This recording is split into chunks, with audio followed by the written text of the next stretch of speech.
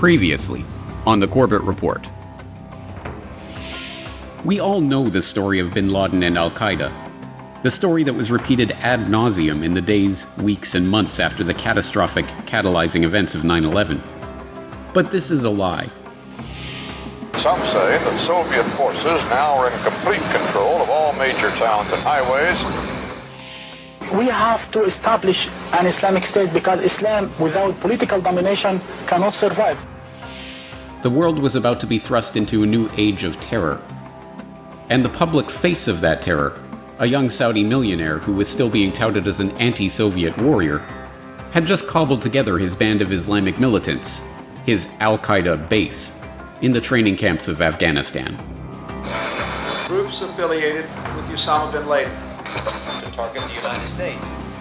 Links to Al-Qaeda. Such criminals are present.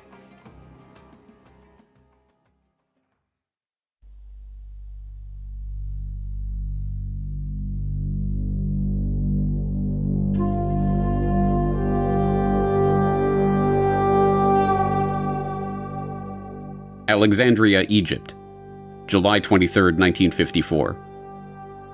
It's Revolution Day in Egypt, and the streets of Alexandria are teeming with revelers. Two men, Victor Levy and Philip Nadenson, pick their way through the crowd on their way to the cinema quarter, each nervously clutching a device in their pocket. Eyeing the fire trucks parked at the intersections, Philip leans over to Victor and whispers, "They're expecting us." They reach the steps of the Rio Cinema just as the audience from the afternoon showing begin pouring out of the entrance. They fight their way through the stream of people and into the foyer, and immediately see a man in the usual garb of an Egyptian plainclothes detective waiting for them. Philip turns to run away, but instantly a wave of heat begins to sear his thigh. He tries to tell Victor to run, but no words come out. Instead, a white-hot flame leaps from his trousers. He squeezes his thigh with all his strength in a vain attempt to stop the flame before the bomb can ignite, but it's too late. There's an explosion. Philip lies on the ground, his arms and legs burnt black from the bomb.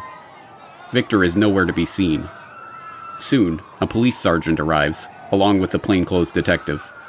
Someone in the crowd shouts, "Take care, he may have another bomb." But the sergeant moves in all the same. "Don't worry, we were waiting for them." The police had been expecting them. Victor and Philip were Egyptian Jews, members of a sleeper cell established by Israeli military intelligence in 1951. The Israelis had watched in dismay as the military coup in Egypt in 1952 led to the rise of Gamal Abdel Nasser, who was not only hostile to Israel, but who, as a perceived anti-communist, was securing military and financial aid from the Americans and even the British. With Britain already staging talks to withdraw from their Suez military base, Israel decided to act. In 1954, they activated their military intelligence sleeper cell in the country for an audacious mission. Codenamed Operation Susanna, their plan was to stage an increasingly spectacular series of bombings in Cairo and Alexandria. The first bombing, an explosion at the Alexandria Central Post Office on July 2nd, had gone off without a hitch. The second, a simultaneous attack on the American libraries in Cairo and Alexandria, was similarly successful. It was their third attack, an ambitious attempt to bomb 2 cinemas in Cairo, 2 in Alexandria, and the Cairo railway station, that failed, derailing the operation. 10 members of the cell were rounded up. Of the 10, 2 committed suicide in the course of their interrogations by the Egyptian police, 2 more were executed, and 6 were sentenced to prison, eventually making their way to Israel after their release. After decades of internal Israeli investigations, finger-pointing, political scandal, and high-profile resignations, the full truth of Operation Susanna remains shrouded in official secrecy. The Israeli government did not even formally acknowledge the incident until 2005, a full half-century after the affair, when 9 of the agents were officially commended for their service. But the reasoning behind the operation was revealed during one of the commissions of inquiry that was established to examine the affair. According to one officer who was given oral instructions directly from Israel's military intelligence chief, Benjamin Gibli, "Our goal is to break the West's confidence in the existing Egyptian regime. The action should cause arrests, demonstrations, and expressions of revenge. The Israeli origin should be totally covered, while attention should be shifted to any other possible factor. The purpose is to prevent economic and military aid from the West to Egypt. In short, the Israelis had attempted a false flag operation, hoping to blame their own spectacular acts of violence on the Muslim Brotherhood or the Communists in order to destabilize Nasser's government, undermine Western confidence in its Egyptian ally, and persuade the British military to remain at their Suez base. The operation was a failure in every sense. The cell was discovered and its members imprisoned. Their actions did not destabilize the Nasser government, nor did they influence the relationship between Egypt and the West. And the British did leave their base in 1956, after an abortive Israeli-British-French invasion of the region was brought to an end by the US and the Soviets.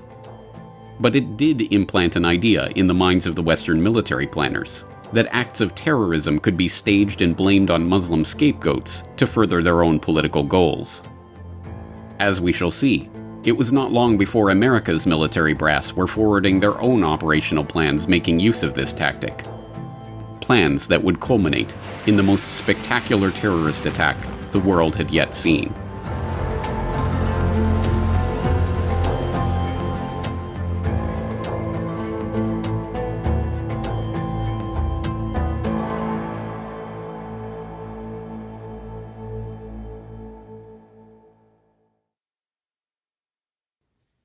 Tuesday, September 11th, 2001, dawned temperate and nearly cloudless in the eastern United States.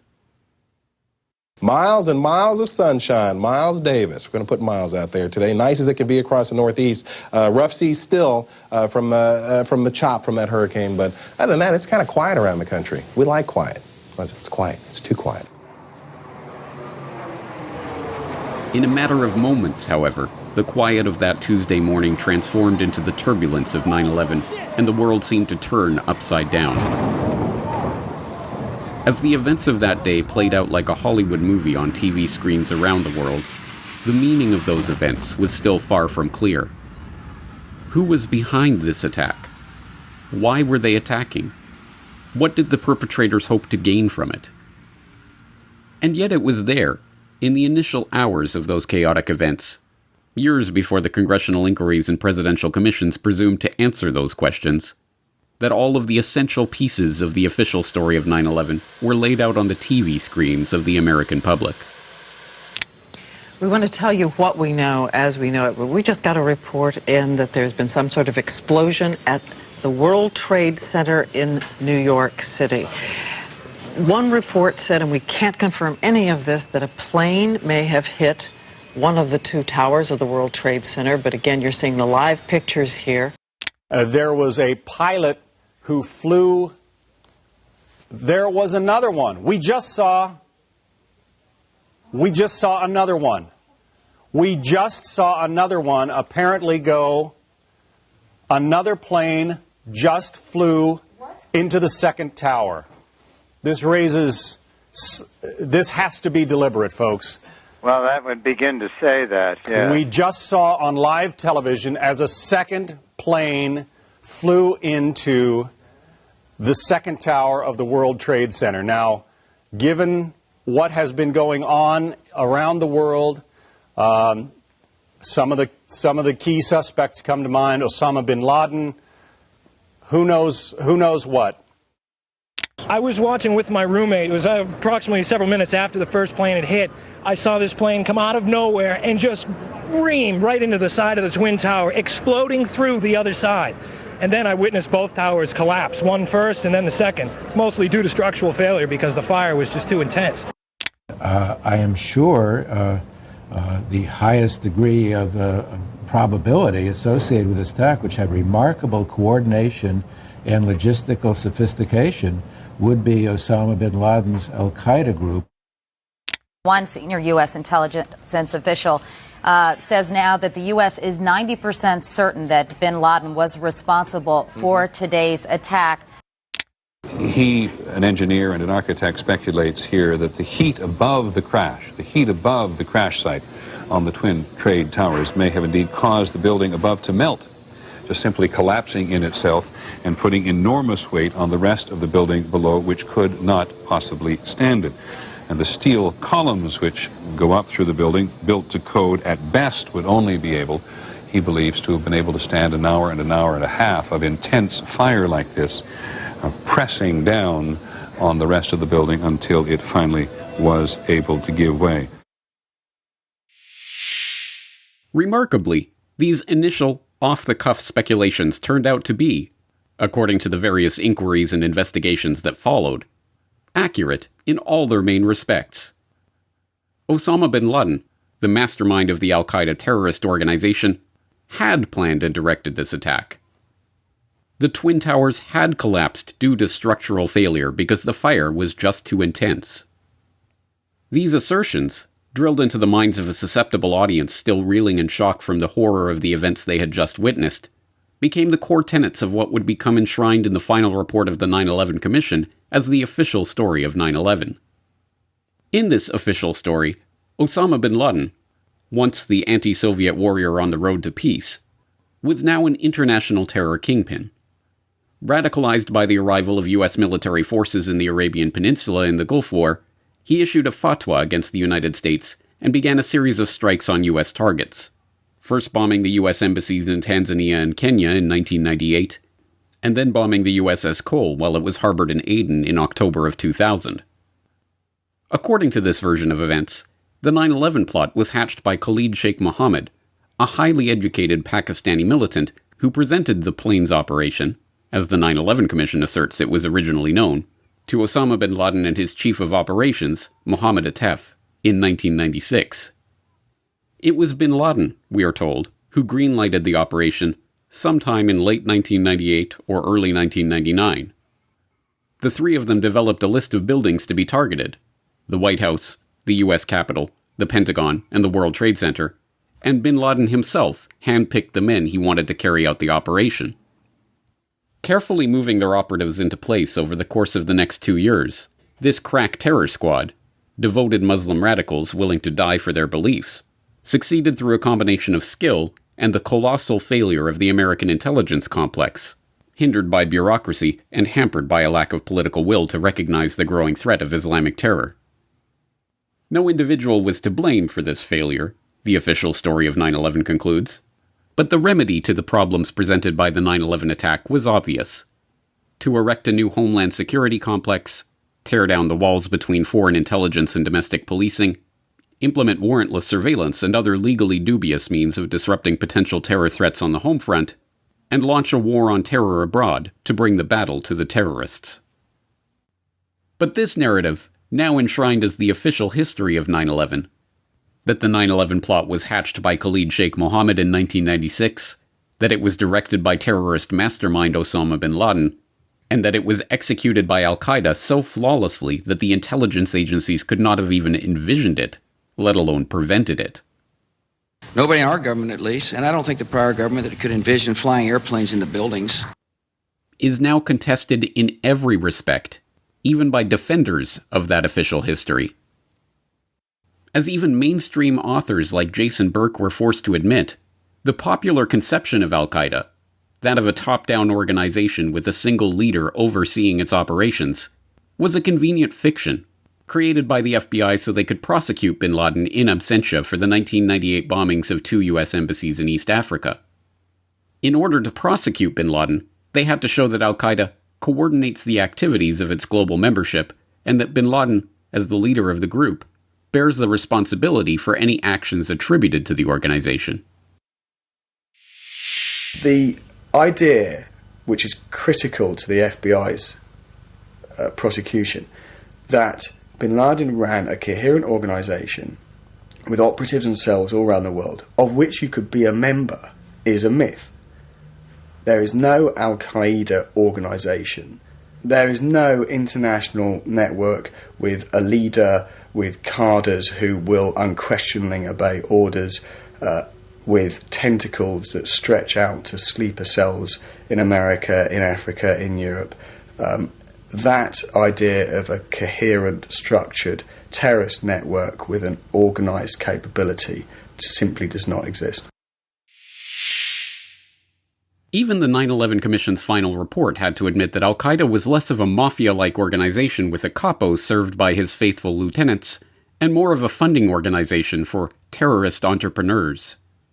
Al-Qaeda's worldwide terrorist operations, the report conceded, relied heavily on the ideas and work of enterprising and strong-willed field commanders who enjoyed considerable autonomy. As we saw in part 1 of this exploration, Origin Story, these terrorist entrepreneurs included among their ranks renowned international Islamic radicals, like the blind sheikh Omar Abdel-Rahman, and lesser-known but incredibly prolific terror cell leaders, like Ali Mohammed, whose remarkable abilities to evade State Department watch lists and foment and direct spectacular terror attacks directly under the nose of the intelligence agencies defies explanation.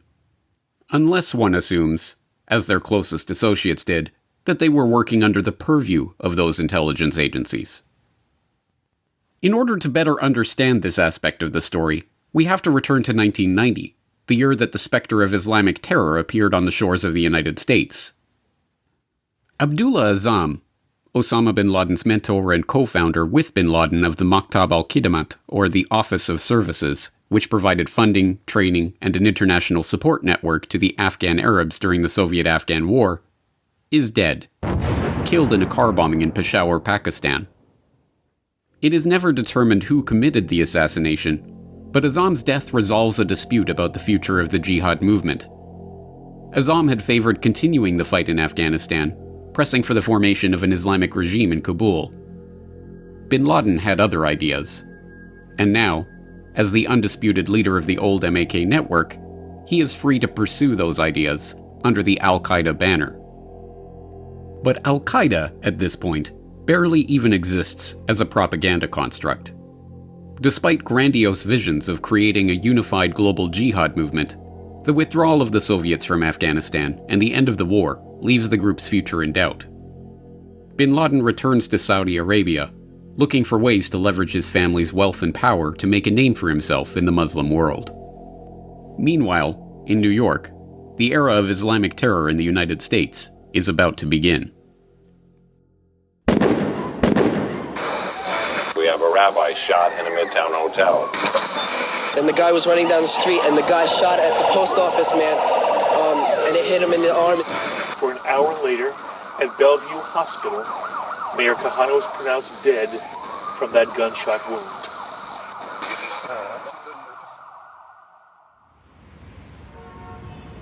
Manhattan, New York, November 5th, 1990. Mayor Kahane, an Orthodox Jewish rabbi and a convicted terrorist whose anti-Arab views were considered so extreme he was banned from the Israeli Knesset, has just finished delivering a speech in the Morgan D. room of the New York Marriott East Side Hotel.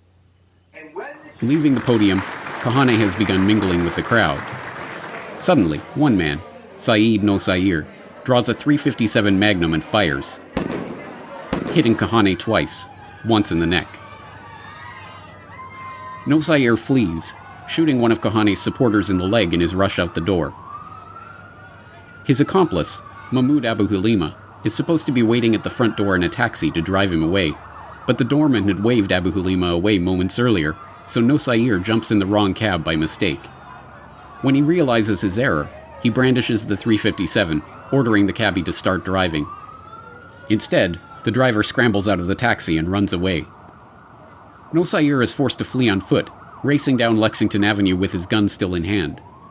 Carlos Acosta, a U.S. postal inspector, tries to stop him, drawing his weapon, but it's too late.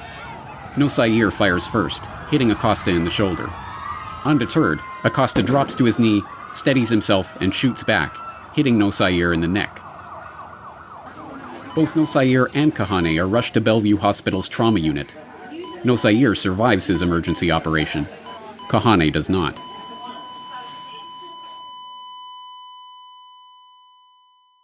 The dramatic events of that November night would culminate in an even more surprising verdict 13 months later. Not only was Nosair treated as a lone gunman acting of his own accord, but he was not even convicted of Kahane's murder. Despite such a brazen assassination, perpetrated in a crowded room and followed by a spectacular chase, Nosair was acquitted of murder, convicted instead on 4 lesser counts, including gun possession, assault, and coercion. he was sentenced to just 22 years. So what went wrong? The jurors contend that they had reasonable doubt of Nosayir's guilt, because the prosecution did not offer a witness during the 5-week trial who saw the defendant fire the fatal shots, and, since Kahane's family had opposed an autopsy, the fatal bullet could not be matched to Nosayir's weapon. But, in reality, the fix was in from the start, as even the Congressional Joint Inquiry into the 9/11 attacks conceded in a staff statement a decade after the trial. According to FBI officials who were interviewed, the NYPD and the District Attorney's Office resisted attempts to label the Kahane assassination a conspiracy, despite the apparent links to a broader network of radicals. Instead, these organizations reportedly wanted the appearance of speedy justice and a quick resolution to a volatile situation. By arresting Nosayir, they felt they had accomplished both. The typically bureaucratic wording of the statement obscures the reality. The NYPD and the District Attorney's Office didn't just passively resist the attempts to label the assassination a conspiracy. They deliberately covered up vitally important information that would have unwound that conspiracy and undermined the next decade of spectacular al-Qaeda terrorism. Immediately after his arrest, 47 boxes of material were seized from Nosayir's house in New Jersey. Among those materials were top-secret training manuals from Fort Bragg and secret communiques from the U.S. Joint Chiefs of Staff. Lest there be any doubt where the materials came from, they even discovered a video of Ali Mohammed's lectures at the Kennedy Special Warfare Center at Fort Bragg. But those weren't the only pieces of evidence that connected the Kahane assassination conspiracy, now commonly portrayed as the first act of Islamic terrorism on U.S. soil, to Ali Mohammed, the remarkable CIA asset, U.S. Army officer, and FBI informant who, we are told, was al-Qaeda's strangely untouchable triple agent in the heart of the American intelligence establishment. El-Sayed Nosayir himself, the 34-year-old Egyptian-born janitor with a penchant for Prozac who quite literally got away with murder, was, as it turns out, not unknown to the authorities. In fact, he had been known to the FBI since at least the previous summer. That's when, as it was later admitted, Nosayir and a ragtag bunch of associates had been surveilled loading up a convoy of vehicles with semi-automatic weapons and copious amounts of ammo and heading to the Calverton shooting range on Long Island. For 4 consecutive Sundays in July of 1989, the FBI's elite Special Operations Group, apparently tipped off that PLO terrorists were threatening to blow up casinos in Atlantic City, followed Nosayir's convoy to the shooting range, snapping dozens of photographs of the group engaging in target practice with handguns, rifles, and even an AK-47. The group had set off from the Brooklyn Al-Qifa Refugee Center, al-Qaeda's New York office, which, as we have seen, not only operated in full view of the intelligence community, but doubled as a recruiting post for the CIA seeking to steer fresh troops to the Mujahideen in Afghanistan. Among those in attendance at the FBI surveilled target practice sessions, Nosayir himself, brandishing the chrome-plated .357 that he would later use to slay Kahane, Clement Rodney Hampton-L, an American-born black Muslim medical technician known as Dr. Rashid who claimed to have been wounded in Afghanistan, Mahmoud Abu Halima, known as the Red for his curly red hair, covered during the sessions by an NRA cap, Nidal Ayad, a Kuwaiti who had taken classes to become a U.S. citizen, and Mohammed Salameh, a Palestinian who grew up in Jordan and studied under Abdullah Azzam. Not present at those sessions in July, however, was the group's trainer, Ali Mohammed, the remarkable al-Qaeda triple agent who had been taking weekend breaks from his post at the heart of the U.S. Army's Special Forces Training Center at Fort Bragg to instruct the Al-Qifa cell in the techniques of guerrilla warfare, including bomb-making and weapons handling. Nosayir and his fellow Al-Qifa plotters had been under surveillance by the FBI. Mohammed, their handler, came straight from Fort Bragg, providing them with top-secret government documents and personally overseeing their training. But, incredibly, none of these points were raised at Nosayir's trial for the murder of Kahane. FBI officers who tried to follow the leads into the bigger plot were ordered to stand down. What was your feeling about the lone gunman theory? I thought it was preposterous, based on what my sources in the NYPD told me, that they were ordered to treat this as a simple homicide, based on what my sources in the FBI told me, that every time that they got a little bit ambitious and started broadening their investigation to search out El-Sayed Nosayir's possible alleged terrorist links, They were told from atop to cool it, to stop investigating, that the NYPD would handle it as a simple homicide. And, according to the official history, the boxes of Arabic documents seized from Nosayir's house were not translated until years later. Nosayir's not guilty verdict was cheered by his supporters, and the same cadre of Ali Mohammed-trained radicals who had been surveilled at the shooting range by the FBI moved on to plot their next spectacular terror attack: the bombing of the World Trade Center. And, as would be revealed in dramatic fashion years after the event, this plot, too, had an FBI informant at its heart. Last winter, the FBI was praised for its speed in cracking the case of the World Trade Center bombing and bringing 4 suspects to trial. Now, there is some evidence that the FBI may have known of the plot in advance through an informant and might even have stopped the bombing that killed 6 people. When Ahmad Salem, a former lieutenant colonel in the Egyptian army who arrived in the United States in 1988, began working as an FBI asset, he was not originally assigned to infiltrate Islamic terror groups. No, in 1988, the Cold War was still on, and the FBI tasked Salem with penetrating KGB and Russian mafia rings operating in New York City. But by 1991, things had changed. With the Cold War over, the Bureau's priorities were shifting. Salem's handler, Nancy Floyd, who appreciated his work, thought the Egyptian informant's background might make him useful to the FBI's Joint Terrorism Task Force. Salem's new handlers in the Bureau's Counter-Terror Division, Louis Napoli and John Antisev, put him to work infiltrating the groups raising funds for international Islamic terror on U.S. soil. His first priority, insinuating himself into the ring around the blind sheikh, Omar Abdel-Rahman, including El Sayed Nosayir, then on trial for the slaying of Kahane, and his Calverton shooting range associates. Salem was remarkably successful in his assignment. Haunting the trial of Nosayir, he soon befriended Nosayir's cousin, Ibrahim El-Gabroni. El-Gabroni immediately took to the affable Egyptian, introducing Salem to Nosayir in jail and describing him as a new member of the family. In a mere matter of weeks, Salem was caught on camera as one of Rahman's bodyguards, even personally driving the blind sheikh to Detroit to deliver fundraising speeches. Soon thereafter, El-Gabroni invited Salem to join him for dinner at his Brooklyn apartment. There, after turning up the television in the dining room, explaining that he feared the apartment was bugged, El-Gabroni sought to recruit Salem for a special mission. I was in Brooklyn with Ibrahim El-Gabroni. Ibrahim El-Gabroni is Sayyid Nusayir's cousin. He said that we should start to do something, brother, so the government have some pressure and they don't put brother Sayyid in more troubles. So I said, sure, of course we should do something. He said, okay, do you know how to build a bomb? I said, of course, that's what we do.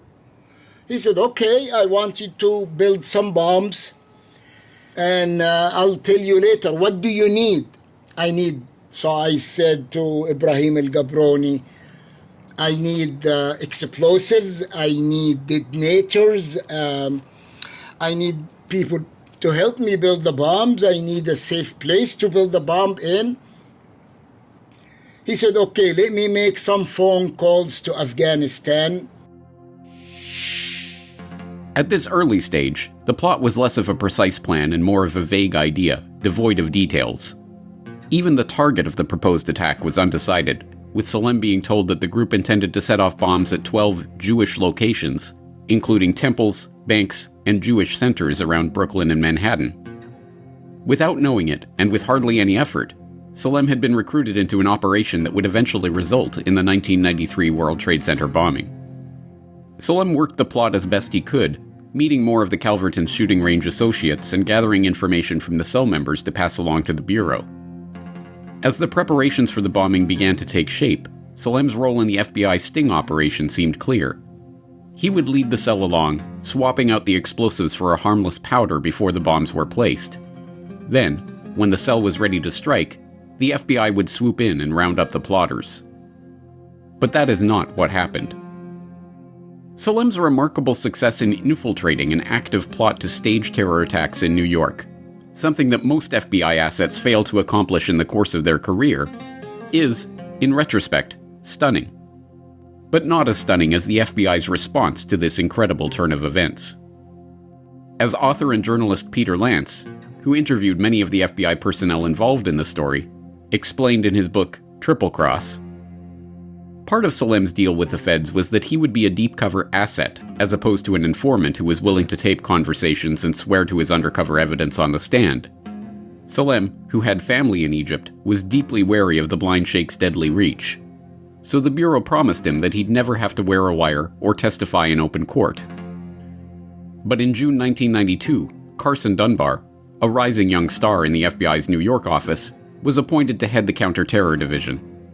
Dunbar and his deputy, John Krauthamel, didn't trust Salem. Soon they were trying to get him to submit to additional polygraphs, and, eventually, they broke their deal with Salem and demanded he wear a wire. Salem refused and withdrew from the operation, shutting the FBI out of the bomb plot. It was a silly personal confrontation, and actually he said, and I quote him, "You son of a bitch, coming from the Middle East, dragging sand in your shoes all the way up to here to tell me how to run my FBI and how to do my job?"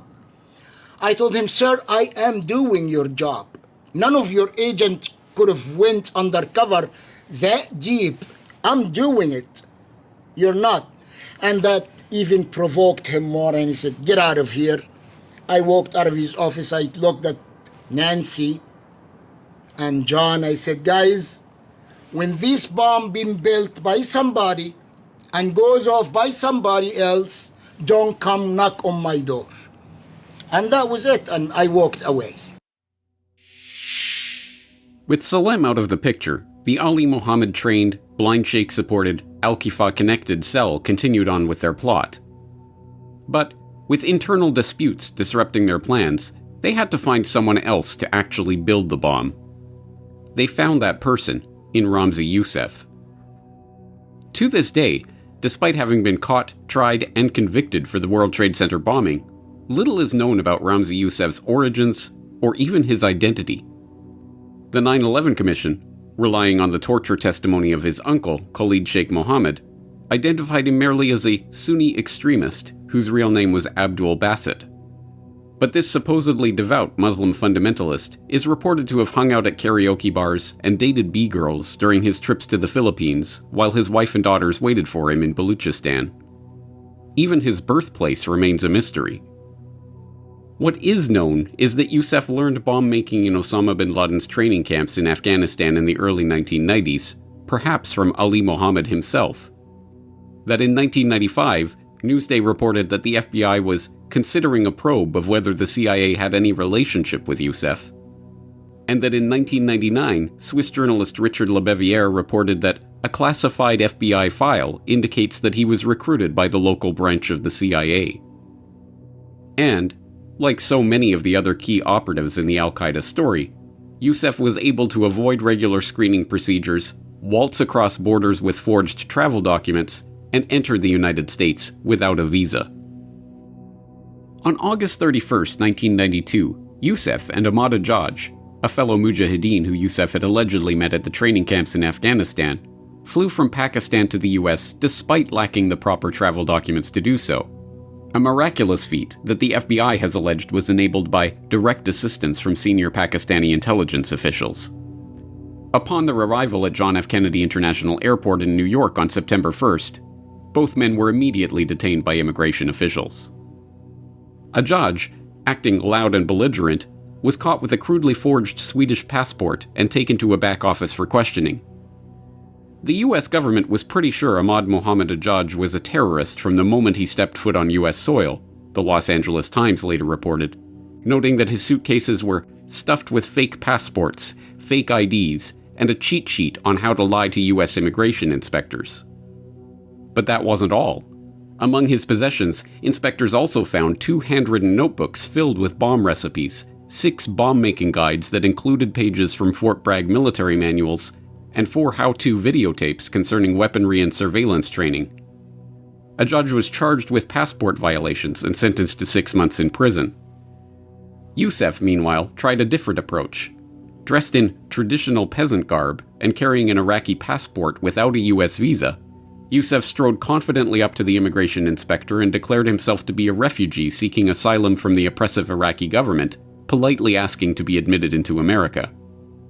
After being questioned and fingerprinted, one alert immigration official noted his links to a judge and sought to detain him, but there was not enough room in the INS lockup, so he was released on the condition that he show up at an asylum hearing later.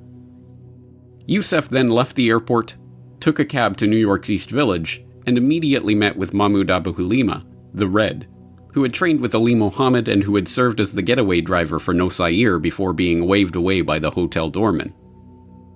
Youssef set about professionalizing the ragtag band of misfits, transforming their vague Jewish locations plot into an altogether more ambitious plan. To plant a bomb in the basement of one of the twin towers of the World Trade Center, collapsing it into the other tower and killing tens of thousands in the process. He got to work immediately, organizing the cell, renting a storage locker across the Hudson River in Jersey City, and beginning the 5-month task of constructing the bomb. Without Salem, the FBI ostensibly no longer had an asset in the cell to watch as the plot took shape. But if there had been a serious investigation underway, unraveling the cell and discovering their intentions would have been trivial. Ahmad Ajaj, who had been caught with a raft of terrorist training materials and bomb-making guides, remained in contact with Youssef the whole time, speaking to him frequently via the prison phone. But although those calls were taped, no one from the FBI or any other agency monitored or even attempted to translate those phone calls until after the World Trade Center explosion the following February, and no one traced the pair's flights back to discover that they had both boarded in Pakistan without the proper travel documents and had even sat together for the first leg of their journey to New York. Salem even tried one last time to warn the FBI about the cell. Meeting his old handler, Nancy Floyd, at a Subway sandwich shop near the FBI's New York office in October of 1992 to collect his final $500 cash payment, he informed her that he had heard that the group was planning a new attack and begged her to put surveillance on Abu Halima and Salameh. But it was no use. Carson Dunbar had taken her off the terror investigation, and all she could do was pass along the suggestion. Salem's warning was ignored, and no one followed up on the lead.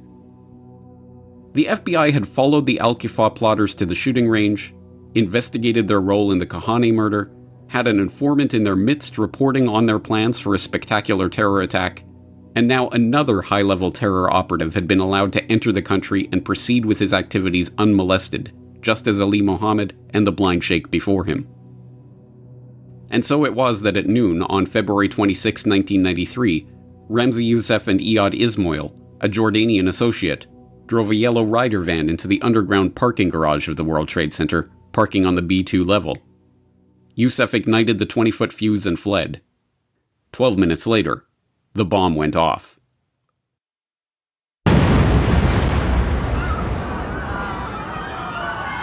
We think a bomb caused this explosion.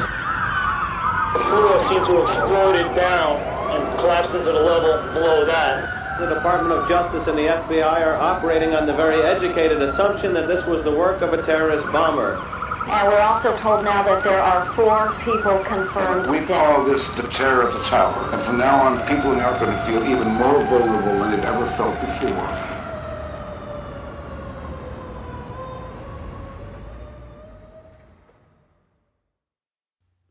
The bomb, cutting through the parking garage with an explosive force of 150,000 pounds per square inch, might have lacked the explosive force to fulfill Youssef's goal of toppling the towers, but it did wreak havoc. 6 people died, over 1,000 were injured, and 50,000 were forced to evacuate the building in the chaotic aftermath of the explosion. Learning of the bombing, Bruce Hoffman, a terrorism expert working for the Rand Corporation, remarked, "We may be talking about the opening salvo of a new conflict for a new world order." As the investigation into the bombing began, a letter arrived in the offices of various New York newspapers claiming responsibility for the attack.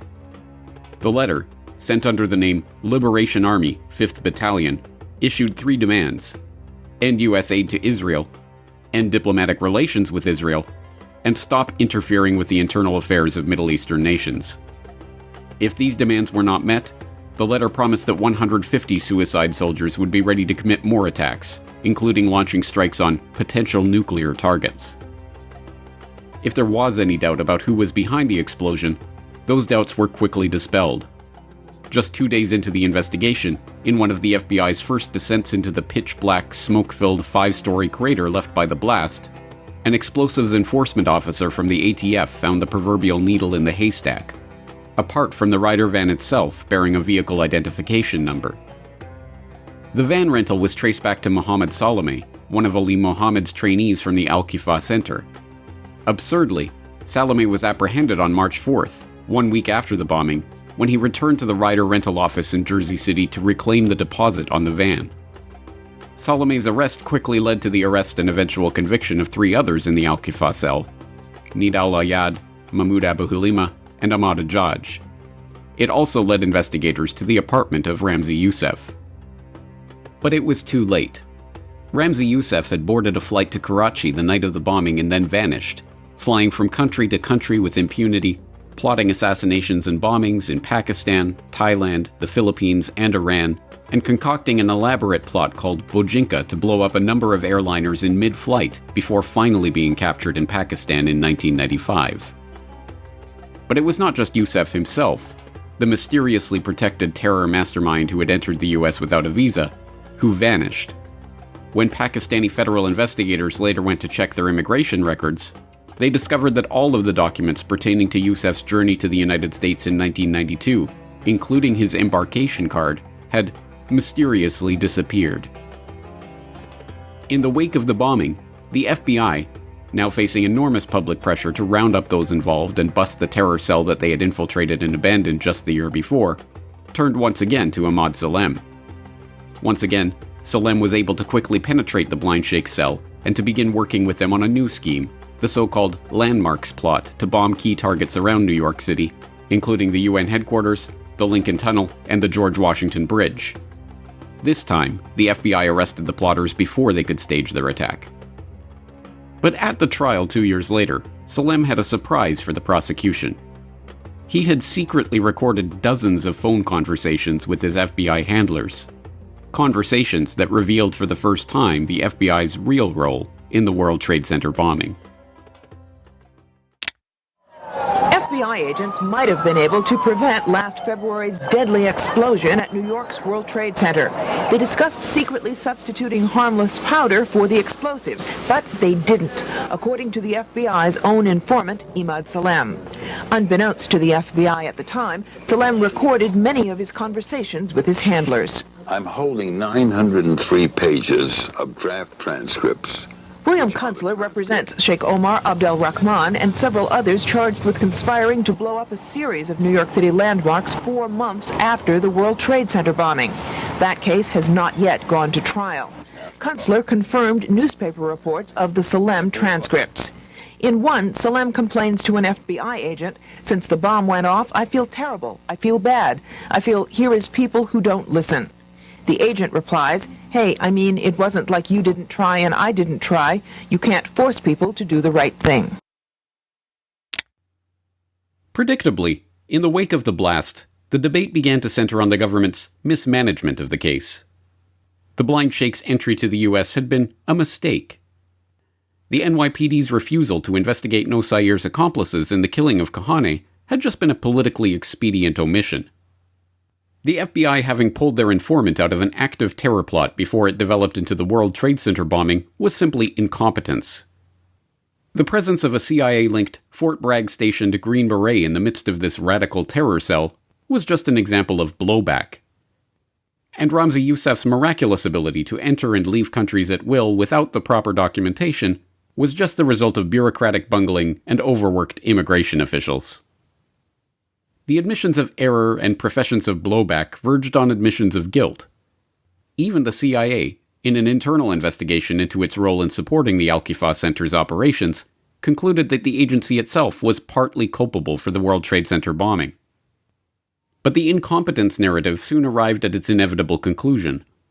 The very agencies that had so signally bungled every step along this path were now to be given more money and bestowed more authority to conduct their counter-terror operations. This year, I'll submit to Congress comprehensive legislation to strengthen our hand in combating terrorists, whether they strike at home or abroad. As the cowards who bombed the World Trade Center found out, this country will hunt down terrorists and bring them to justice. Others proposed a less charitable reading of these events. Ron Kuby, the lawyer who, along with William Kunstler, acted as a defense lawyer for the accused bombers and their accomplices, did not mince words in assigning blame for the World Trade Center bombing plot. The mastermind of the plot is the government of the United States.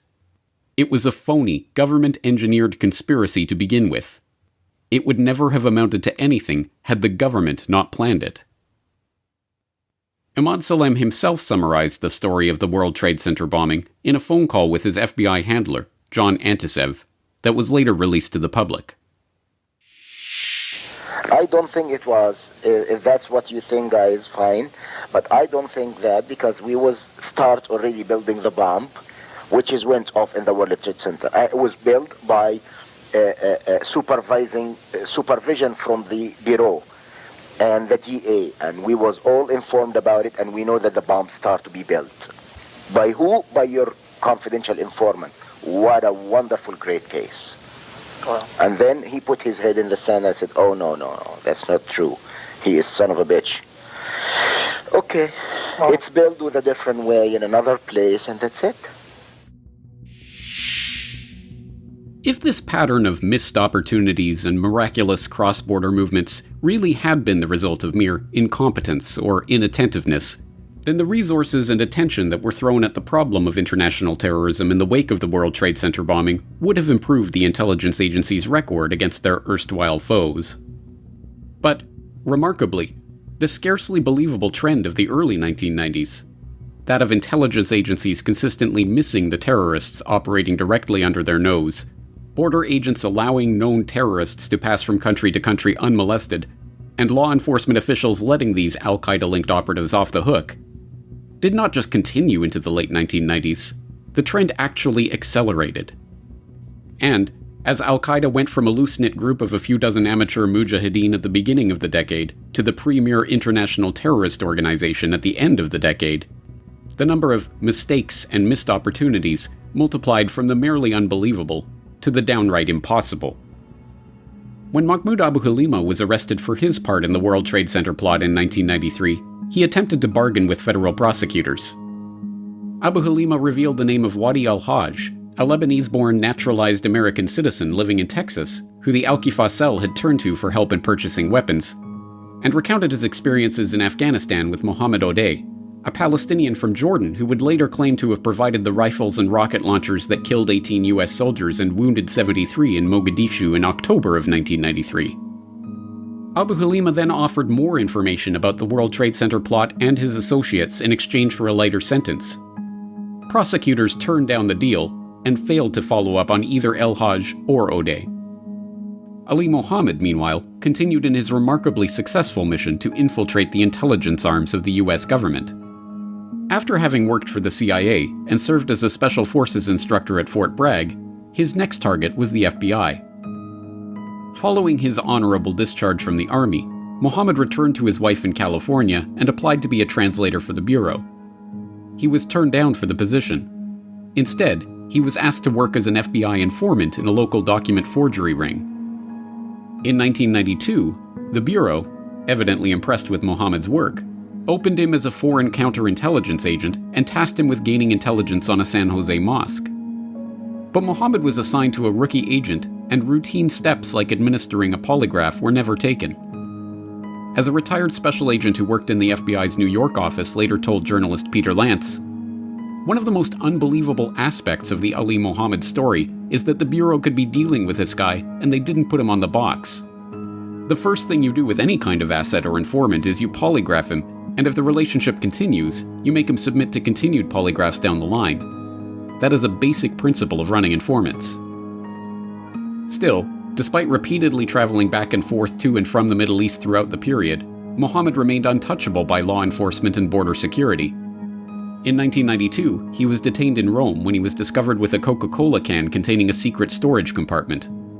Mohammed convinced the airport security that he was a security agent for the Summer Olympics in Barcelona and was released with a warning that if anything happened on the flight, he would be blamed. In 1993, after helping Ayman al-Zawahiri enter the US on forged documents for a fundraising tour, Mohammed traveled to Vancouver, Canada to help an associate of Zawahiri, Essam Marzouk, enter the country. Marzouk, caught with forged Saudi passports by Canadian customs officials, was detained by the Royal Canadian Mounted Police. When Mohammed arrived inquiring about his friend, he was detained by the RCMP as well. After hours of interrogation, he told them he was an FBI asset, giving them the phone number of his handler, John Zent. Zent's word was good enough. The RCMP let Mohammed go. Mohammed's travels during this busy period included a trip to Afghanistan in the summer of 1991 to help Osama bin Laden and his fledgling al-Qaeda organization relocate to Sudan. Osama's move to Sudan came at a time when, we are told, the wealthy Saudi was looking to cement his reputation as a holy warrior. The official story of al-Qaeda holds that during this period, bin Laden returned briefly to Saudi Arabia, but, incensed by the Saudi royals' decision to invite US soldiers onto Saudi soil for the Gulf War, left the country for good. Searching for a place to move his operations, his gaze turned across the Red Sea to Sudan, where, as luck would have it, hardline Islamic extremist Hassan al-Turabi had come to power in a military coup just as the war was ending in Afghanistan. Heading the National Islamic Front Party, which sought to impose Sharia law in the country, al-Turabi traveled to London for a meeting of the International Muslim Brotherhood, where he openly declared his intention to allow Sudan to act as a base for Islamist terror groups. By the summer of 1991, Osama bin Laden had answered that call, moving his fighters and equipment from the outskirts of Afghanistan to his new base in Sudan, with the help of FBI asset Ali Mohammed. Turabi was not the only one traveling to London to foster his terror plans, however. In between bin Laden's work establishing himself as a businessman in Sudan, using $12 million granted him by the Saudi bin Laden Group to start a bewildering array of commercial enterprises in the country, from a construction company to an investment firm to a trucking business to a tannery, a bakery, a furniture-making business, and even a commercial farm employing 4,000 laborers, the budding terrorist mastermind was, according to numerous sources, shuttling back and forth between Khartoum, Karachi, and London. Osama bin Laden's visits to the UK in the early 1990s include an alleged stay at the London estate of Saudi billionaire Khalid bin Mahfouz, a meeting in Manchester with representatives of an Algerian Islamic group who were later accused of being infiltrated by government moles and used to launch a series of false flag attacks in France, a period of several months in 1994 where he actually lived in the UK, allegedly buying a house in Wembley through an intermediate, and, even more explosively, a 1996 trip to his London press office, which was, according to Swiss journalist Richard Lebevier, citing several Arab diplomatic sources, clearly under the protection of the British authorities. Although the official story holds that bin Laden was, at this time, barely a blip on the US intelligence community's radar, this is contradicted by numerous lines of evidence. Ali Mohammed, for instance, had volunteered the earliest insider description of al-Qaeda that is publicly known to the FBI in 1993, telling them that bin Laden was building an army to overthrow the Saudi government and admitting that he had personally trained terrorists at the camps in Afghanistan and Sudan. But the FBI, according to the Wall Street Journal, was flummoxed by this information and made no attempt to act on it. This news about al-Qaeda's activities would not have been news to the US government's main intelligence agencies, however. It was later revealed that, despite claims that the US government was only dimly aware of bin Laden at this point, he was in fact already under extensive electronic surveillance. Having obtained his voice print from recordings of his anti-Saddam speeches in Saudi Arabia, the NSA and CIA were already using signals intelligence to identify and monitor bin Laden's personal satellite calls and cell phone traffic. In another key contradiction that is never addressed by the purveyors of the official al-Qaeda story, it was during this period that Osama bin Laden, making trips to the UK under the alleged protection of British authorities and while admittedly under surveillance by American intelligence, began the streak of increasingly brazen terror attacks that, we are told, would end up in 9/11.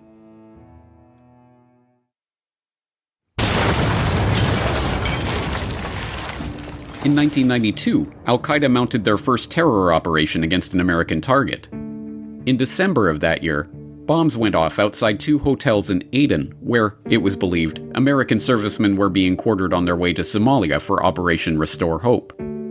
The attack killed an Australian tourist and a Yemeni hotel worker, but no Americans. The troops had been staying at a different hotel. Osama only claimed responsibility for the bombing 6 years later.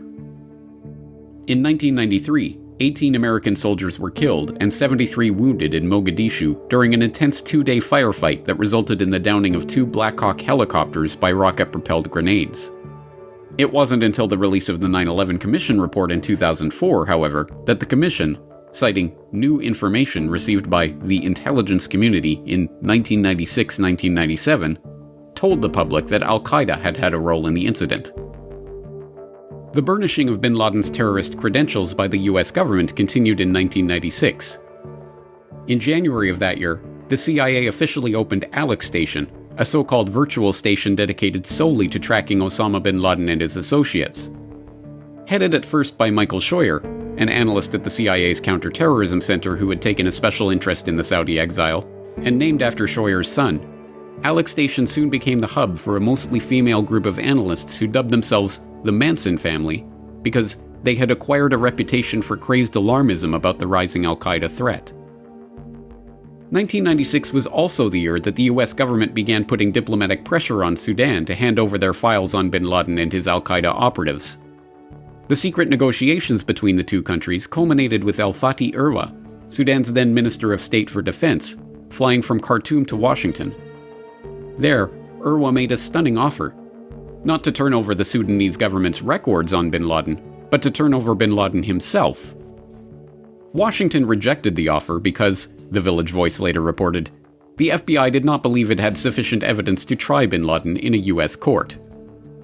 Instead, they demanded that Sudan expel the supposed arch-terrorist to any other country except Somalia. Sudan complied, protesting that Osama would simply return to Afghanistan where there was no government for Washington to negotiate with. "We told him Sudan is no longer safe for him and creates problems for us and asked him to leave," Irwa told the Village Voice. "We liquidated everything, and he left with his money. We didn't confiscate anything because there was no legal basis. Nobody had indicted him. He rented a charter plane and left in broad daylight. He was free to plot and build his network. The Americans then came back and wanted us to help track him, but by then it was too late. He didn't trust us anymore."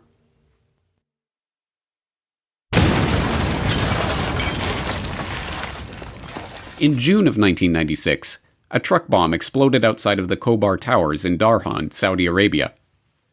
The facility, located in the heart of the Saudi oil industry's administrative area, where the US had built its first airbase and where Standard Oil first struck oil in the country, establishing what would later become Aramco, was housing US and allied forces involved in enforcing the Iraqi no-fly zones. The massive blast left an 85-foot crater, killing 19 and injuring hundreds.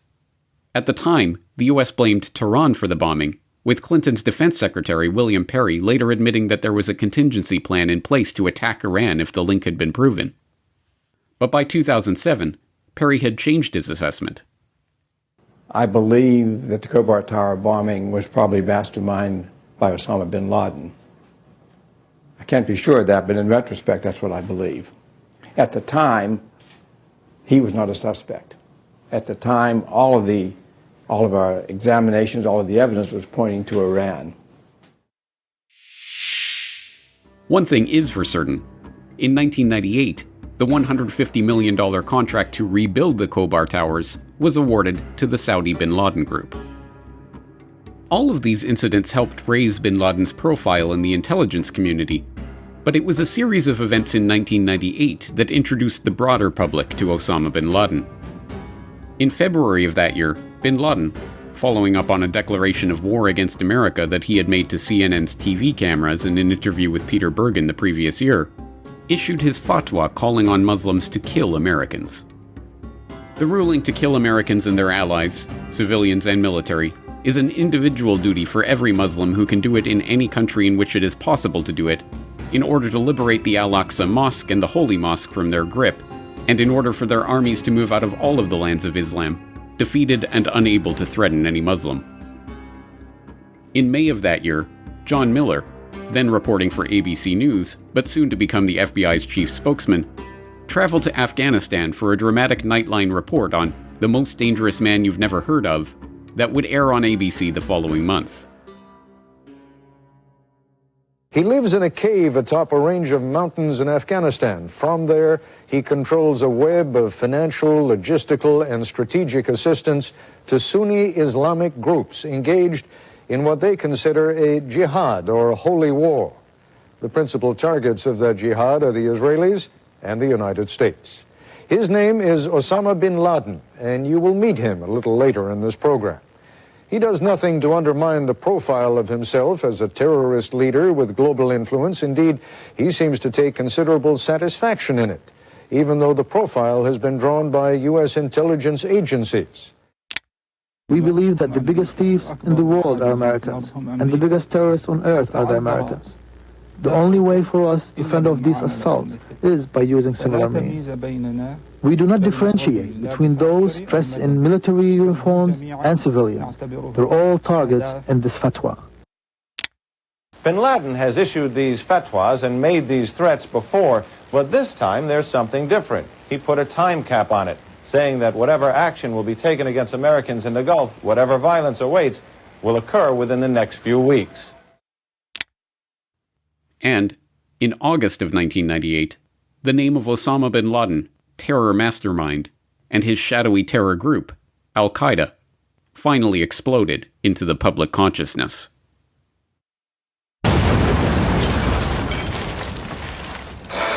Terrorist attack on Americans half a world away. It is the worst thing I've ever seen. Clearly a part of someone's war against the United States, although it is still unclear at this hour who our enemy is. Oh, there was a huge explosion. I still a bit deaf from it. We all just hit the floor as soon as it went off.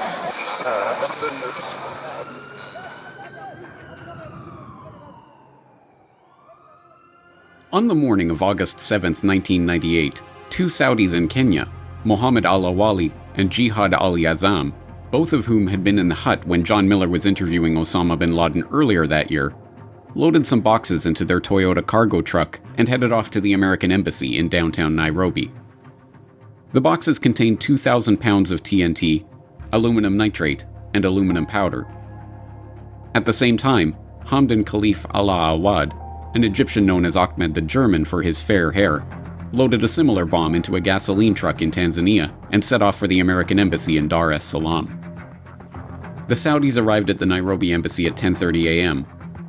Awali jumped out of the truck as it approached the gates, demanding that the security guard raise the drop bar protecting the entrance. The guard refused. Awali threw a stun grenade into the courtyard and ran, and then the bomb went off. The blast ripped the face off of the embassy building, collapsing a nearby secretarial college and lighting the tar-covered street and a nearby bus on fire. 213 were dead and 4,500 injured. 9 minutes later, Ahmed the German parked the gasoline truck in the parking lot of the American Embassy in Dar es Salaam and detonated his bomb. He had parked next to a water tanker truck, which ended up absorbing much of the blast, but the building was still badly damaged. 11 were dead and 85 injured. The message was clear and was dutifully broadcast by media around the world. A new terror group had conducted a sophisticated, coordinated attack against multiple U.S. targets overseas, and its leader was waging holy war against Americans. Al-Qaeda had arrived. What had happened was the first major attack by Al-Qaeda on American targets and the worst international terrorist incident on African soil. Afterwards, the U.S. Federal Bureau of Investigation placed Al-Qaeda leader Osama bin Laden on its list of most wanted fugitives. But, like so many events in the Al-Qaeda story, this attack too bore the fingerprints of American intelligence on each stage of its development and execution. The attacks, prosecutors later discovered, were being planned as far back as 1993, when Osama bin Laden sent his FBI, CIA, Green Beret triple agent extraordinaire, Ali Mohammed, to survey potential US, British, French, and Israeli targets in Nairobi. According to Mohammed's own testimony, I later went to Khartoum, where my surveillance files and photographs were reviewed by Osama bin Laden, Abu Hafs, Abu Ubaidah, and others. Bin Laden looked at the picture of the American embassy and pointed to where a truck could go as a suicide bomber. Joining Mohammed on the scouting mission was Anas al-Libi, a member of a Libyan al-Qaeda cell known as al-Muqatila. Described as the computer wizard of al-Qaeda's hierarchy, not only was al-Libi personally trained by Mohammed at the al-Qaeda camp in Afghanistan, he was also a protected British intelligence asset. Al-Libi applied for asylum in Britain in 1995, claiming to be a political enemy of the Libyan government. But, as The Guardian later reported, astonishingly, despite suspicions that he was a high-level al-Qaeda operative, al-Libi was given political asylum in Britain and lived in Manchester until May of 2000, when he eluded a police raid on his house and fled abroad. The raid discovered a 180-page al-Qaeda manual for jihad containing instructions for terrorist attacks. Even more incredibly, not only did the British government grant that asylum, they then recruited al-Libi for a failed MI6 operation to assassinate Libyan leader Muammar Gaddafi in 1996, and then let him continue to live in the country even after the embassy bombing, before ultimately letting him escape. According to FBI investigator Ali Soufan, the Manchester raid didn't just nab a manual for jihad, it caught al-Libi himself. As Soufan recounts in his book, The Black Banners, the British police let al-Libi go when he denied being a terrorist. He evaded the team that was sent to follow him and fled the country, eventually ending up on the US government's most wanted list with a $25 million reward for his capture. Yet another important figure in the bombing who was well known to American intelligence was Wadi al-Hajj, the naturalized American citizen who had assisted the Al-Qifa plotters and who Mahmoud Abu Halima had identified to prosecutors after his arrest for the World Trade Center bombing. As was later revealed, U.S. intelligence had al-Hajj under surveillance during the entire period that the embassy bombing plot was being hatched, but once again merely watched as the attack unfolded.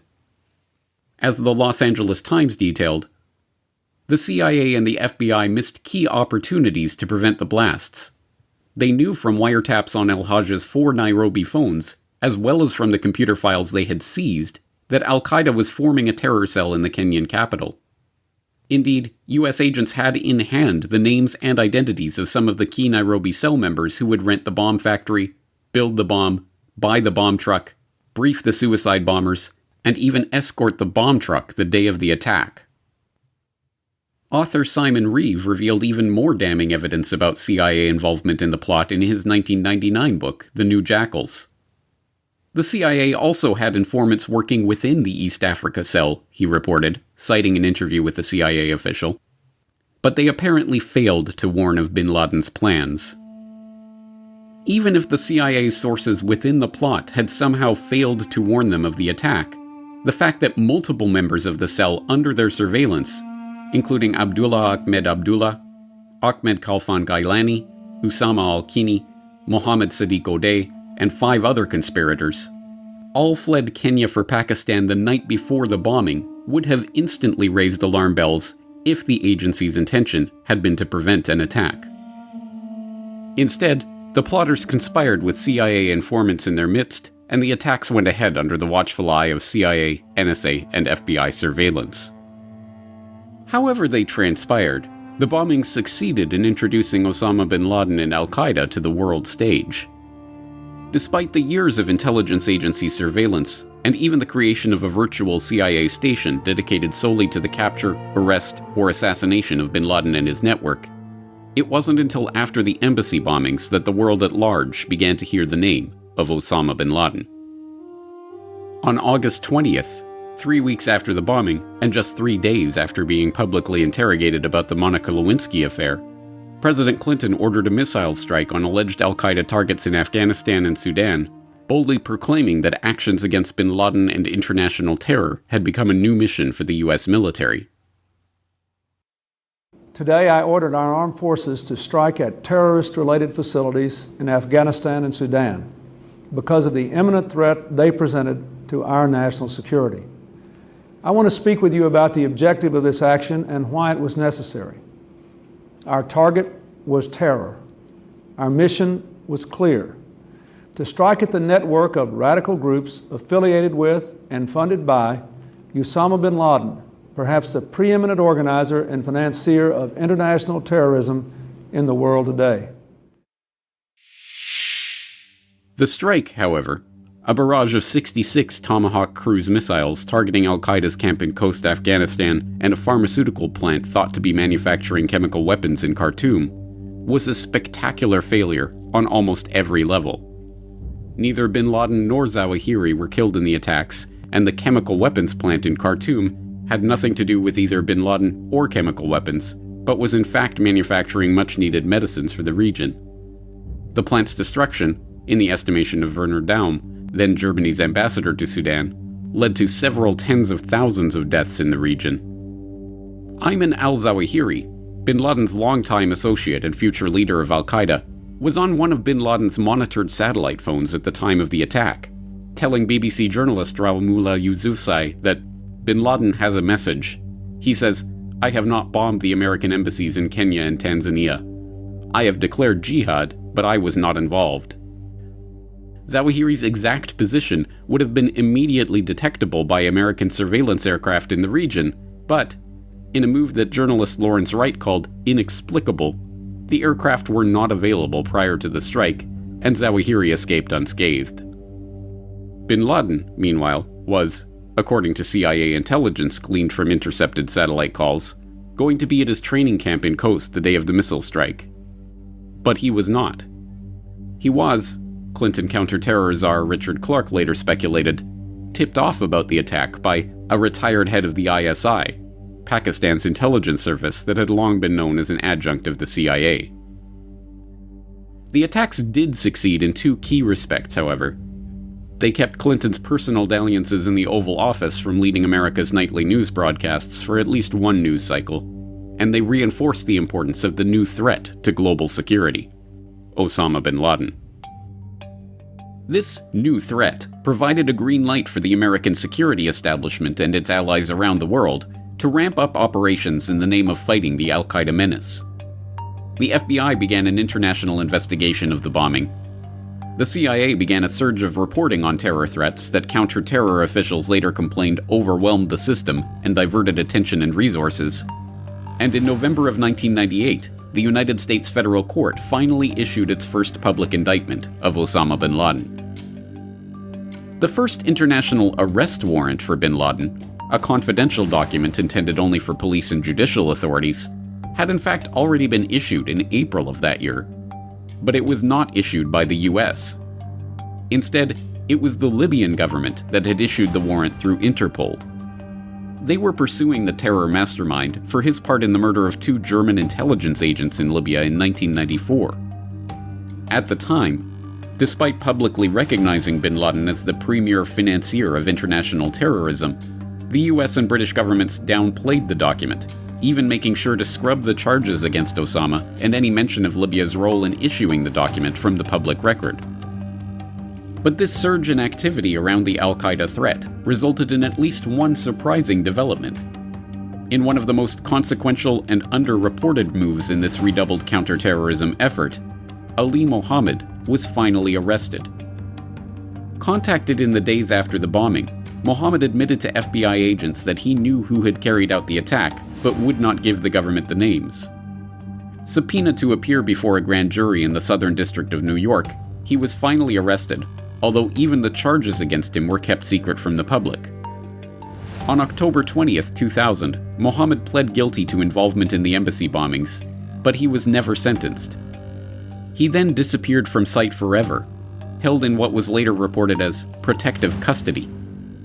To this day, there is no public record of Ali Mohammed, the ex-US sergeant and FBI asset who admitted to his key role in al-Qaeda, ever being sentenced.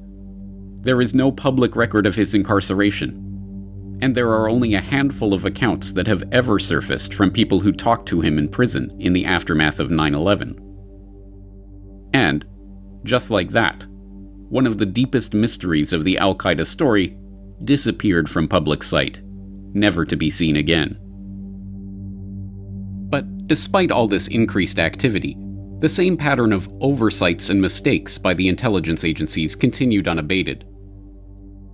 On October 12, 2000, when a small fiberglass fishing boat approached the massive 8,300-ton USS Cole, a billion-dollar guided missile destroyer employing the latest stealth technology and armed with Tomahawk cruise missiles, anti-ship and anti-aircraft missiles, and a 5-inch cannon, the sailors on board watched in amusement. The tiny skiff stopped amidships and 2 men stood up, waving and smiling. Then, a bomb exploded.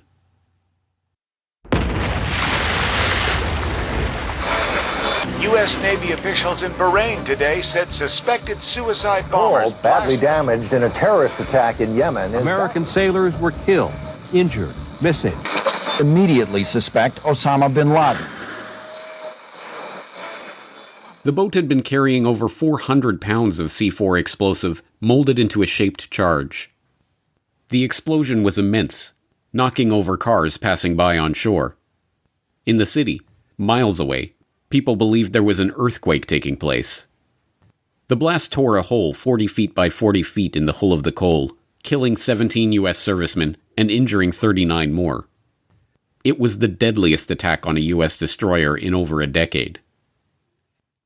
But this attack, like all of al-Qaeda's spectacular terror attacks of the 1990s, was preceded by a string of missed opportunities and unheeded warnings. Not only was there intelligence about a potential attack on a U.S. naval ship from several different sources, including reports from multiple informants and intercepted phone calls to al-Qaeda's NSA-monitored Yemen communications hub, but, as Congressman Curt Weldon revealed in 2005, a secret military intelligence operation codenamed Able Danger actually warned the Pentagon days before the bombing that an attack was going to take place in Yemen. But 2 weeks before the attack on the Cole, in fact 2 days before the attack on the Cole, they saw an increase of activity that led them to say to the senior leadership in the Pentagon at that time and the Clinton administration, there's something going to happen in Yemen and we better be on high alert, but it was discounted. That story has yet to be told to the American people. Another Able Danger, successful activity that was thwarted. But even after the spectacular failure of these intelligence agencies to thwart the attack, and despite President Clinton's assurance that he would find and retaliate against the bomb plotters, If, as it now appears, this was an act of terrorism, it was a despicable and cowardly act. We will find out who was responsible and hold them accountable. the CIA repeatedly denied FBI investigators access to key information about the plot. But, it turns out, the CIA did have such information, and that information, deliberately withheld from the FBI or any other investigative agency, led directly into the heart of the operation behind the next spectacular terror attack to be blamed on al-Qaeda: 9/11. Clear skies, 80% humidity. That's dropped about 10%. Read this word the fast way. Get ready. Mad. Yes, mad. Get ready. See that United 175 anywhere? That United 175 that just took off out of a thing. We might have a hijack over here, 2 of them. Extensive coverage in this hour. There is something in the air. We have some planes. Just stay quiet and you'll be okay. We're returning to the airport. We just got a report in that there's been some sort of explosion at the World Trade Center in New York City. One report said we can't...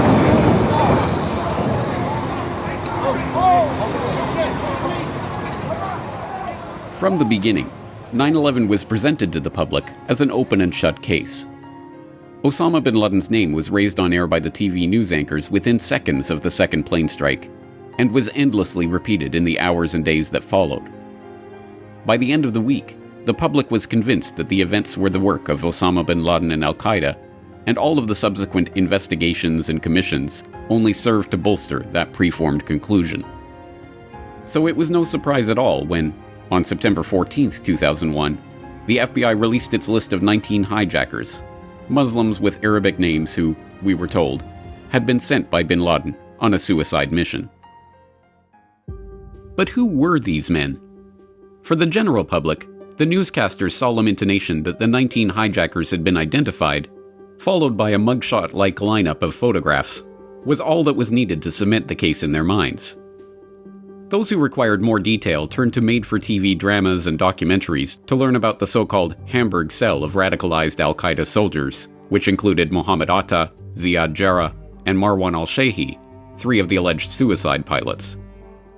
Finally, the 9/11 Commission and its associated monographs, like the staff report on 9/11 and terrorist travel, attempted to fill in the paper trail for researchers concerned about the documentary record of these men, including their motivations and their movement.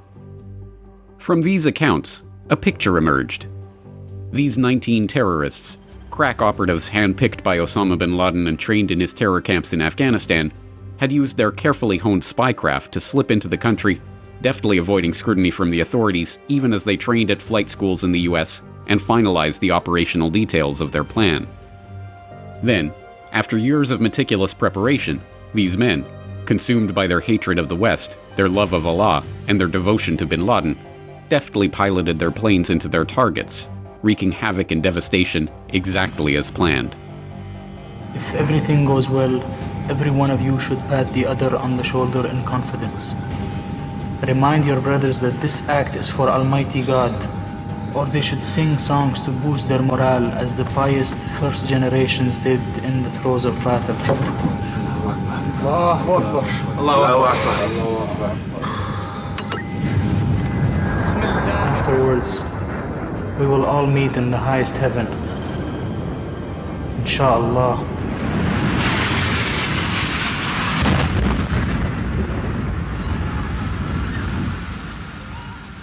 But this story, too, is a carefully constructed lie, every part of which falls apart under sustained scrutiny. In the official conspiracy theory of 9/11, the alleged hijackers were such devout fundamentalist Muslims that they were willing to give their lives for the cause. Marwan al-Sheikhi, we were told, was so devoted to his religious beliefs that he observed the Ramadan fast against medical advice after a stomach operation, causing him to fall severely ill. Ziad Jarrah, meanwhile, initially caroused and smoked during his early days in Hamburg, but then grew intensely religious and withdrawn. And, according to award-winning journalist Lawrence Wright, Mohammed Atta's extreme rigidity of character made him into a ruthless killer who constantly demonstrated an aversion to women.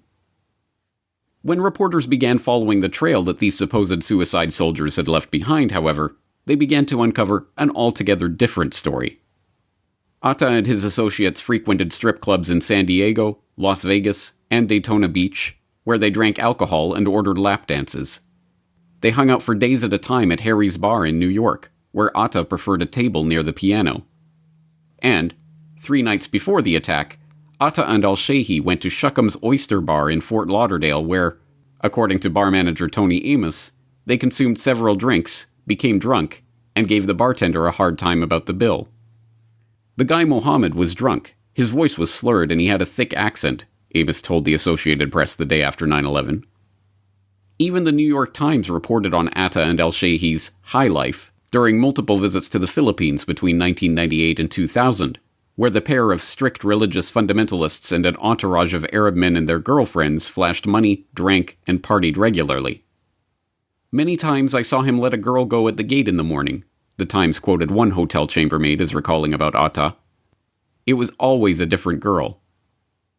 And, during his research for Welcome to Terrorland, an investigation into the Venice, Florida flight schools where Mohammed Atta, Marwan al-Sheikhi, and Ziad Jarrah were enrolled in the year 2000, Daniel Hopsicker interviewed Amanda Keller, a former stripper who claimed to have been Atta's girlfriend during his time in Venice, and who shared more stories about the partying of these alleged jihadis. Guys had money flowing out their ass. I mean, excuse my language, but they never seemed to run out of money. I mean, they was just tossing money left and right. I mean, it was just like, oh my God. And they had mass supplies of cocaine. Whenever they'd run out, they'd go to the flight school. But Hopsicker's investigation uncovered more than just the alleged hijackers' trail of booze, drugs, and women. He also became one of the only reporters to look into the strange connections of Huffman Aviation and the Florida Flight Training Center in Venice, Florida, where Atta, al-Sheikhi, and Jarrah trained the year before September 11th. Huffman Aviation was also the flight school that Yeslam bin Laden, Osama's half-brother, paid for flight lessons for one of his acquaintances. The flight school was run by Rudy Deckers, a Dutch native who was running a commuter airline with Wally Hilliard. Hilliard, the founder and former president of a Green Bay, Wisconsin-based insurance company, made news in October 2000 when his personal jet was found to be transporting 42 pounds of heroin and was seized by federal agents in what was called the biggest drug bust in Central Florida history. But Hilliard's charter airline startup had high-level political support. Jeb Bush, then governor of Florida, posed for photo ops in support of Hilliard's airline. Deckers, meanwhile, was arrested in 2012, having told an undercover agent, in the words of the criminal complaint against him, that he was involved in narcotics transportation via private aircraft, and that he has flown narcotics and U.S. currency previously without any problems. He was carrying over 18 kilograms of cocaine and nearly 1 kilogram of heroin at the time of his arrest. Despite the many questions that still hang over the alleged hijackers' activities in Venice and their connection to the drug running that was allegedly taking place at the Venice airport, an even deeper question was soon to emerge. How did these pilots, who were rated as competent at best and who, one instructor insisted, should have been further along the flight school curriculum than they were, manage to fly jumbo jets that require thousands of hours of flying experience with such precision? That question is even more important in the case of the other alleged 9/11 pilot, Hani Hanjour, the diminutive 5'5" Saudi who, the official story tells us, helped overpower grizzled Navy Top Gun honor graduate Chuck Burlingame and his flight crew at the controls of American Airlines Flight 77.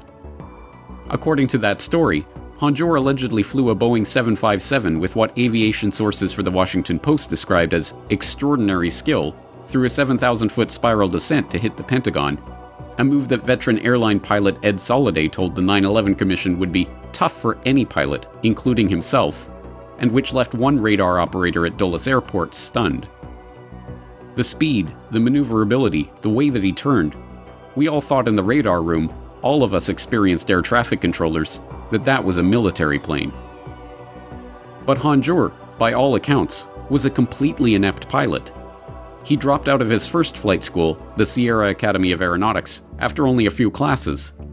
He then dropped out of his next school, Cockpit Resource Management in Scottsdale, Arizona, after the school's owner dismissed him as a weak student who was wasting our resources. When he returned to that school again the following year, the school owner refused, asserting, "You're never going to make it." An instructor at his next school, Sawyer Aviation, called him a neophyte who got overwhelmed with the instruments in the school's flight simulator. An instructor at his next school concurred.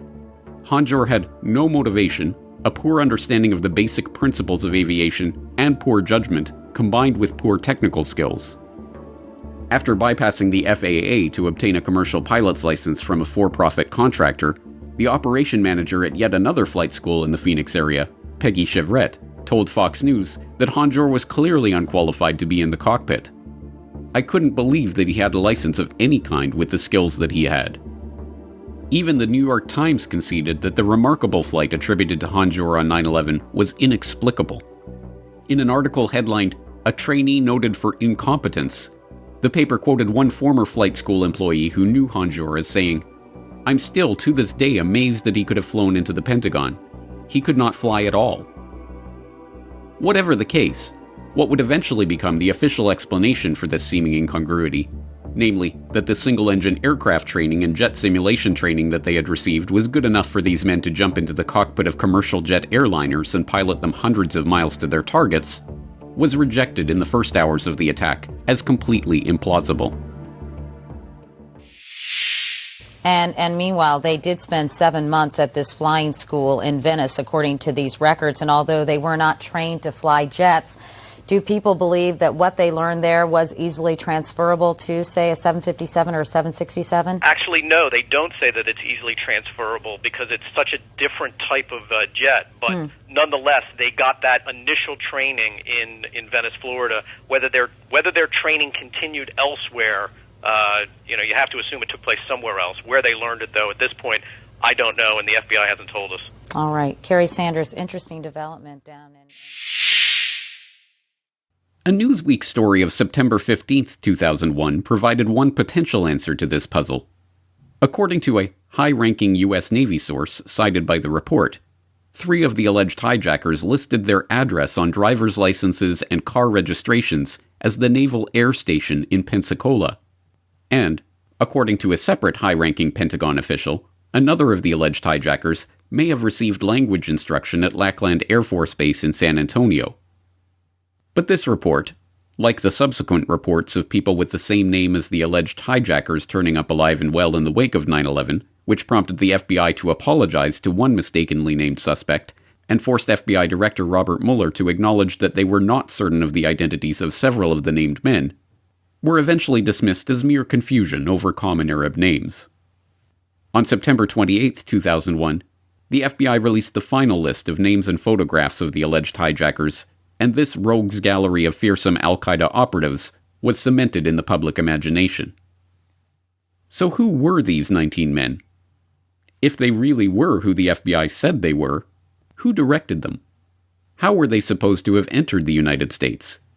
How did they fund their operations?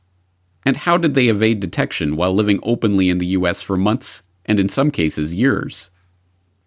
In the months after the attacks, we were told that the men identified by the FBI as the culprits had moved through Europe and America unnoticed, and that although several of them had been tracked by intelligence until they got inside the United States, they were ultimately lost. We were told that al-Qaeda's communications had been monitored, but that bin Laden and his henchmen used scramblers, internet encryption, fiber optics, so it was very hard to intercept those transmissions. And we were told that no one was to blame for the attacks, which had merely been a failure of imagination. As we detail in our report, this was a failure of policy, management, capability, and above all, a failure of imagination. But, as the public was to learn in bits and pieces over the course of the next 2 decades, every one of these assertions was a demonstrable lie. This alleged team of crack al-Qaeda operatives did not move through Europe and America unnoticed. Their communications were not rendered opaque to the intelligence agencies because of fiber optics. Their successful penetration of America's defenses was not due to a failure of imagination. Instead, as even the official story of the attacks now concedes, every major branch of U.S. intelligence had key pieces of information on these al-Qaeda operatives, their communications, their movements, and their plans. In fact, as can now be shown from official sources, these agencies not only deliberately allowed these operatives to proceed unmolested, but actively stopped investigators and agents within their ranks from blowing the whistle on the plot. At the FBI, Special Agent Robert Wright led an investigation into terrorist financing called Vulgar Betrayal that managed to uncover a money trail connecting a suspected Chicago terror cell to al-Qaeda. But when Wright attempted to bring criminal charges against the cell members, his supervisor flew into a rage, shouting, "You will not open criminal investigations. I forbid any of you. You will not open criminal investigations against any of these intelligence subjects." After the embassy bombings, when Wright's team began to trace the financing of the attacks to a group of Saudi businessmen, the FBI moved to shut down the investigation altogether. Wright was kicked off the case in 1999, and Vulgar Betrayal was officially shut down in 2000. Knowing what I know, and again, this was written 91 days before the attack, knowing what I know, I can confidently say that until the investigative responsibilities for terrorism are removed from the FBI, I will not feel safe. While Wright was pursuing the financial trail, FBI field agents across the US were picking up on another trend: Muslim extremists learning to fly. Agents in Oklahoma and Phoenix both wrote memos about the large numbers of Middle Eastern males receiving flight training and warned that some of them had documentable ties to al-Qaeda, but the warnings were ignored. Agents in Minneapolis frantically sought approval for a search warrant to search the laptop of Zacharias Moussaoui, a suspected terrorist who had been receiving flight training in the area. When that request was denied, one exasperated agent told FBI headquarters that he was trying to keep someone from taking a plane and crashing into the World Trade Center. Rita Flack, an intelligence operations specialist at headquarters who had read the Phoenix memo, failed to pass that info on to any of her colleagues involved in the decision to deny the warrant to search Moussaoui's laptop. FBI whistleblower Colleen Rowley later revealed that agents in the Minneapolis office, desperately trying to find an answer to the question of why the Bureau was deliberately sabotaging the case, faced the problem with gallows humor. I know I shouldn't be flippant about this, but jokes were actually made that the key FBI HQ personnel had to be spies or moles, like Robert Hansen, who were actually working for Osama bin Laden, to have so undercut Minneapolis's effort.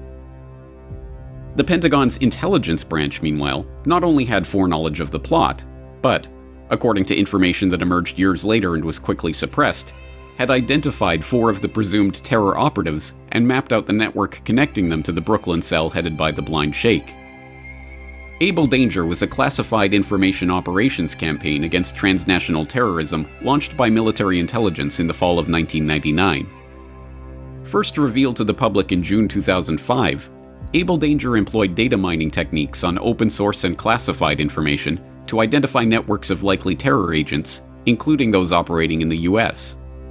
The program was remarkably successful. Not only did it warn the Pentagon of an impending attack just days before the Cole bombing, as we have already seen, but, according to Defense Intelligence Agency whistleblower Lieutenant Colonel Anthony Schaefer and 4 of his colleagues working on the operation, Able Danger identified 2 of the terror cells connecting Al-Qaeda to the alleged hijackers. It even identified 4 of those suspects, including Mohammed Atta, by name. When Lieutenant Colonel Schaefer tried to set up a meeting between his supervisor and FBI officials in Washington to discuss a collaborative approach to tracking these cells, he was rebuffed by lawyers for the Pentagon's Special Operations Command. Shortly thereafter, Schaefer was ordered off the Able Danger team and the unit was disbanded, with the Pentagon ordering all the Able Danger data, 2.5 terabytes worth of information, equivalent to 1/4 of all the printed material in the Library of Congress, destroyed. After a hostile investigation that left witnesses feeling intimidated into changing their story about Able Danger, still found 5 Pentagon employees who said they had seen the organizational chart with Atta's name on it, the Department of Defense Inspector General concluded that Able Danger had never identified Atta or any other alleged hijacker. And, just 2 months after the story became public, including Schaefer's revelation that he had met with 9/11 Commission Executive Director Philip Zelikow and told him all of the details of the program in an extensive hour-long debriefing in Afghanistan that did not find its way into the Commission's final report, the DIA stripped Schaefer of his security clearance, essentially ending his decades-long career as a military intelligence officer. Mr. Speaker, this is not some third-rate burglary cover-up. This is not some Watergate incident. This is an attempt to prevent the American people from knowing the facts about how we could have prevented 9/11, and people are covering it up today. And they're ruining the career of a military officer to do it. And we can't let it stand. The NSA, meanwhile, despite the scrambler and fiber optics excuses of the agency's apologists, were monitoring all of the communications going through Al-Qaeda's pivotal Yemen communications hub from the lead-up to the embassy bombings straight through to the execution of 9/11 itself. This communications hub, discovered in 1996 when the NSA began tapping into and transcribing the satellite phone calls of bin Laden, was, in fact, the home of Ahmed al-Hada, one of the jihadis who had fought alongside bin Laden against the Soviets in Afghanistan in the 1980s. Hada's phone was used by various Al-Qaeda-linked operatives to pass messages to each other, as some countries blocked or monitored calls to other countries as possible terrorist communications. The NSA listened as Mohammed al-Awali, one of the bombers involved in the embassy attack, made multiple calls to the hub before and after the attack. They listened as Al-Qaeda operatives called the hub to discuss attacking a US warship in the months prior to the Cole bombing. And they listened as numerous terror suspects called to discuss their operations with Khalid al-Maidar, one of the alleged 9/11 hijackers and the son-in-law of Ahmed al-Hada. Thomas Drake was a decorated United States Air Force and United States Navy veteran with a background in military cryptoelectronics who had worked for 12 years as an outside contractor at the NSA. 9/11 was his first full day as an employee of the agency, and it was in the wake of that attack that he was handed a report from one of his colleagues in the NSA's counter-terror shop that laid out the agency's role in the events of that day. According to Drake, the report was an extraordinarily detailed, long-term study of Al-Qaeda's activities that identified the planning cells for 9/11, including a number of the hijackers based on actual copy, Atta, Hazmi, Maidar, all of whom had appeared on the NSA's radar by the start of 2001. It also contained specific warnings about 9/11. Drake immediately gave the document to his supervisor, Maureen Baginski, who told him, "Tom, I wish you had not brought this to my attention." He was subsequently forced out of his position, stripped of his security clearance, and indicted under the Espionage Act. On the day of the attacks, knowing the information that the NSA had that could have foiled the plot, the analysts began to break down. 2 staffers suffered heart attacks, with one dying. Another, a female analyst who had been responsible for monitoring the Yemen hub communications, left NSA headquarters after suffering what Drake was told was a nervous breakdown. Yet another, a 40-something man, began openly crying in a hallway, telling 3 women he was talking to in full view of everyone passing, "We knew this was being planned months ago, but they would not let us issue the reports we wrote." NSA leadership, however, like Drake's supervisor and the head of the SIGINT division, Maureen Baginski, had a different reaction to the events unfolding that morning. I would hear the following phrase, which I think one person in particular probably had regrets ever saying more publicly, that 9/11 was a gift to NSA. A gift. In fact, the story of intelligence agency foreknowledge of the plot goes from the merely impossible to the outright absurd when it is revealed that it wasn't just US intelligence that had a window into the plot, but every major intelligence service in the world. In subsequent years, it has emerged that intelligence agencies in Indonesia, the UK, Germany, Italy, Egypt, Russia, Jordan, France, and, of course, Israel, had all passed on various warnings about an imminent attack in the months and years leading up to 9/11. And, infamously, the president received a classified intelligence briefing on August 6, 2001, that unequivocally stated that an attack was being prepared. Isn't it a fact, Dr. Rice, that the August 6 PDB warned against possible attacks in this country? And I ask you whether you recall the title of that PDB. I believe the title was Bin Laden Determined to Attack Inside the United States. It's no surprise that this plot, the most important ever attempted by al-Qaeda, would have been known by so many. Not only did the men that, we are told, Bin Laden handpicked for the operation make no effort to hide their movements or obscure their activities, they instead, in the words of some investigators, left a deliberate trail behind them, a trail that was picked up and extensively reported on in the immediate wake of the attacks. Customs inspectors at Dubai airport became suspicious when they noticed that Jarrah had pasted a page of the Quran into his passport. When they searched his luggage, they discovered piles of radical Muslim propaganda. What he did next remains a mystery to terrorism experts worldwide. He talked freely about his future plans. One possible clue has developed in Florida. A car was towed from the Daytona Beach airport to this impound lot near Daytona. An airport worker called police because the car had photographs of Osama bin Laden in the back seat.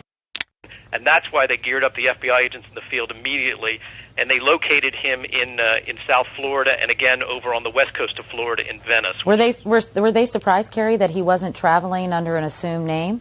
I think they are, but clearly from what the indications are at this point, these terrorists are not hiding, after the fact or anything like that. I mean, I think that one of the agents told me that what he believes is that they wanted to leave this trail. Perhaps the greatest clue as to the real nature of the 9/11 operation, however, is found in one of the most stunning pieces of evidence of direct intelligence agency complicity in the plot. In the years after the attack, it was revealed that the CIA were not just surveilling the supposed hijackers or gathering information on their plans. They actively stopped information about these men's travels from reaching other intelligence agencies, deliberately hiding the fact that 2 of these agents had entered the US and were openly living in the country from the FBI and even from the National Security Council itself for over 1.5 years. This incredible fact, buried in footnote 44 of Chapter 6 of the 9/11 Commission report, was no trivial detail. 9/11 Commission Chair Thomas Kane called it one of the most troubling aspects of our entire report. White House counterterror czar Richard Clarke said that it is evidence of both CIA malfeasance and misfeasance. And Mark Rossini, an FBI agent assigned to the CIA's bin Laden unit, believed it to be part of a secret intelligence operation involving these supposed terrorist hijackers that the agency didn't want anyone to discover. The agency had an obligation to tell the Bureau about these individuals, and in particular when it was determined that they did go on to the U.S., that they did travel to America. I think they had some sort of operational plan going on that they didn't want the Bureau to know about. Shortly after the Cole bombing, Fahad al-Qusso, a Yemeni with known links to Osama bin Laden, was interrogated by Yemeni agents and admitted that he had flown from Yemen to Bangkok the previous January to deliver $36,000 to Khalad, a terrorist based in Malaysia who Qusso identified as the bombing mastermind. The money, Qusso said, was to buy this one-legged terror mastermind an artificial leg. But Ali Soufan, the head of the FBI investigation into the Cole bombing, was puzzled by this lead. Why was al-Qaeda transferring money out of Yemen when they were supposedly planning an attack in that country? Was this money for a different operation? As with every such lead, Soufan followed up with an official request to the CIA for any information they had on Khalad in Malaysia or the phone number that Qusso had used to contact him there. The CIA never responded to any of these official requests. But Soufan's intuitions were correct. On December 29, 1999, with all of the U.S. intelligence services on heightened alert due to the threat of Millennium terror attacks, the NSA shares information from their wiretap of al-Qaeda's Yemen communication hub with the CIA. Khalid al-Maidar, Nawaf al-Hazmi, and Salem al-Hazmi will be flying to Malaysia to attend an important al-Qaeda summit the following month. The CIA, already aware of al-Maidar's connection to the Yemen communications hub, tasks agents from 8 CIA offices and 6 friendly foreign intelligence services with tracking his travel to Malaysia. The surveillance operation is successful. When al-Maidar changes planes in Dubai, the CIA obtains a copy of his passport. Inside is a vital piece of information. This known bin Laden associate, on his way to an al-Qaeda summit, has a visa to enter the United States. A visa that was issued at the same Jeddah consulate where, Michael Springman testified, the CIA was helping to secure visas for Osama bin Laden's men during the Afghan-Soviet War. Seasoned intelligence officials have no trouble understanding the importance of this fact. Reflecting on the incredible nature of this series of events years later, veteran FBI agent Jack Clunan remarked, "How often do you get into someone's suitcase and find multiple entry visas? And how often do you know there's going to be an organizational meeting of al-Qaeda any place in the world? The chances are slim to none. This is as good as it gets. It's a home run in the 9th inning of the World Series. This is the kind of case you hope your whole life for." What happened next is so inexplicable for purveyors of the official 9/11 conspiracy theory that it is typically never discussed. After scoring this once-in-a-lifetime intelligence coup, this home run in the 9th inning of the World Series, the CIA then failed to watchlist either al-Maidar or al-Hazmi, allegedly lost track of them after they went on from Malaysia to Thailand, despite having the phone number of the hotel where they stayed in Bangkok, and failed to inform FBI investigators like Ali Soufan that these known terror associates had been tracked to an al-Qaeda summit. Most incredibly of all, the official record shows that supervisors in the CIA's bin Laden unit repeatedly and deliberately stopped agents from sending info about al-Maidar's US visa to the FBI. On January 5, 2000, while the summit was still underway in Kuala Lumpur, the CIA's Riyadh station forwarded the information about al-Maidar's visa to Alex Station at Langley. Doug Miller, an FBI officer assigned to the bin Laden unit as part of an intelligence sharing program between the CIA and the FBI, read the cable and, following protocol, immediately drafted a memo asking for permission to forward the info to FBI headquarters. The reply from Miller's CIA supervisor, Michael Ann Casey, citing Alex Station's deputy chief, Tom Wilshire, was immediate and unequivocal. This is not a matter for the FBI. Thus began an 18-month odyssey in which 50 CIA personnel documentably accessed this information, and not one of them ever officially shared it with any FBI or National Security Council official, even then counterterrorism czar Richard Clarke. You understand the way they update us at the White House is every morning I come in, I turn on my computer, and I get 100, 150 CIA reports. I'm not relying on somebody calling me and telling me things. You have to intentionally stop it. You have to intervene and say, no, I don't want that report to go. And I never got a report to that effect. On its own, this is scarcely believable.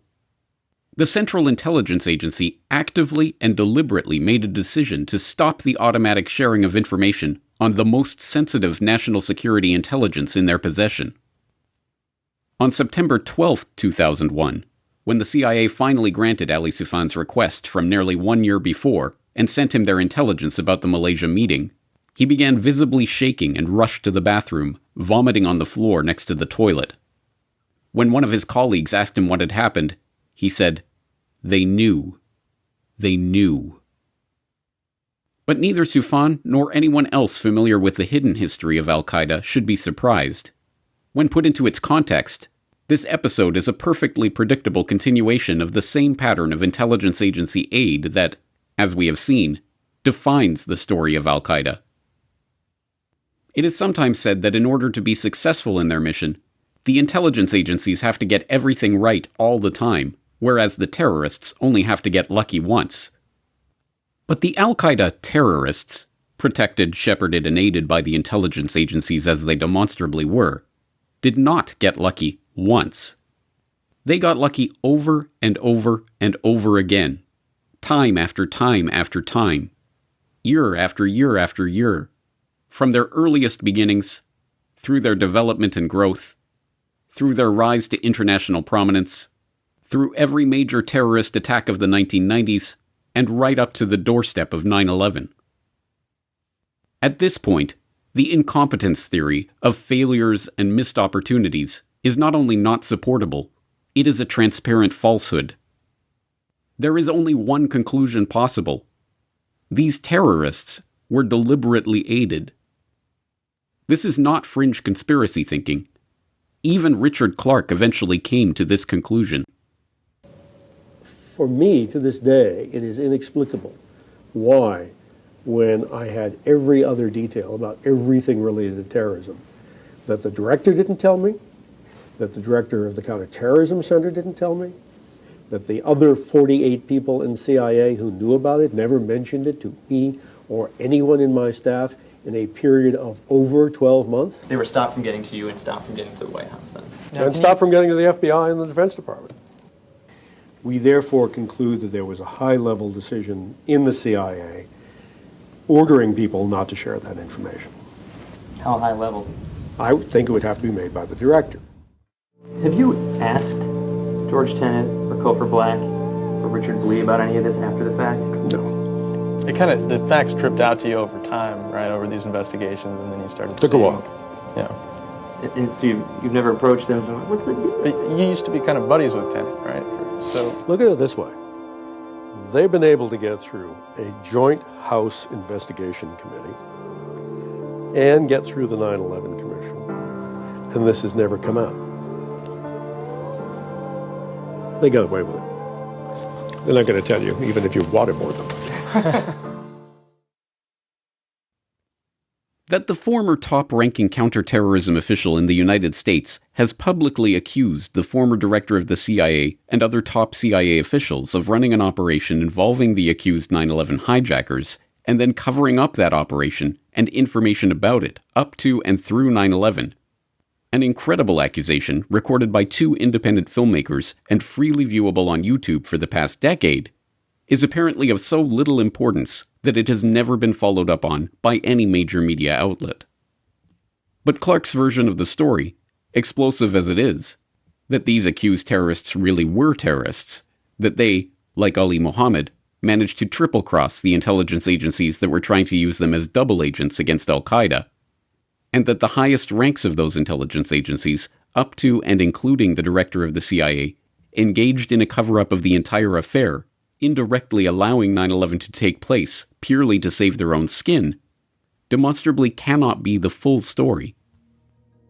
As we now know, these 19 men were no devout Islamic fundamentalists driven by their devotion into striking against the infidels. These alcohol-drinking, strip club-attending bumblers who, at one point, lived with an FBI informant and who left what investigators described as a deliberate trail behind them, were not master spies capable of triple-crossing the CIA. They did not coordinate their plan to coincide precisely with the live-fly hijacking exercises, military war games, and planes-into-building training drills that were taking place on the day of 9/11. They did not overpower the military-trained pilots on 4 separate planes before a single one of them could so much as send out a hijack signal. They did not know to commit those hijackings precisely in the highly classified radar gaps that made their planes' movements opaque to flight traffic controllers.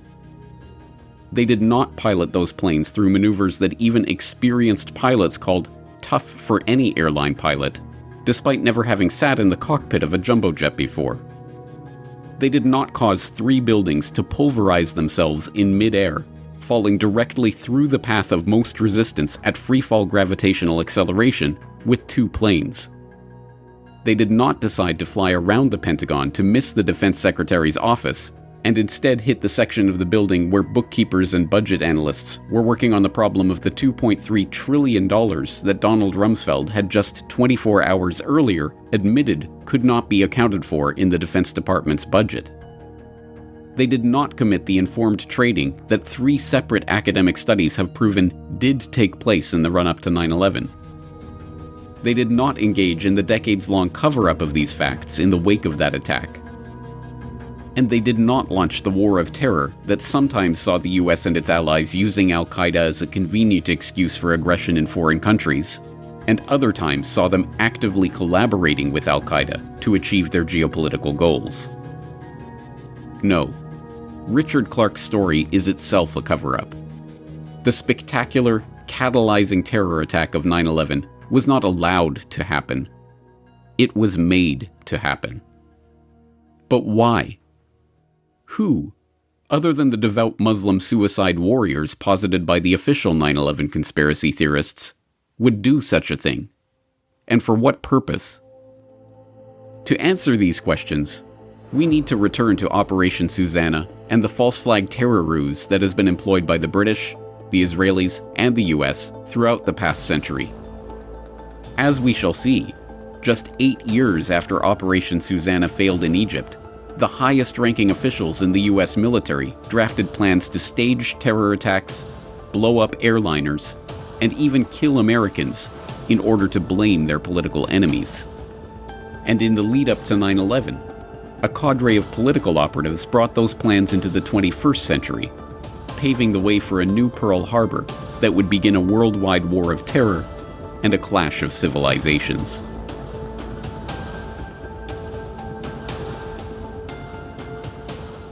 Our war on terror begins with Al-Qaeda, but it does not end there.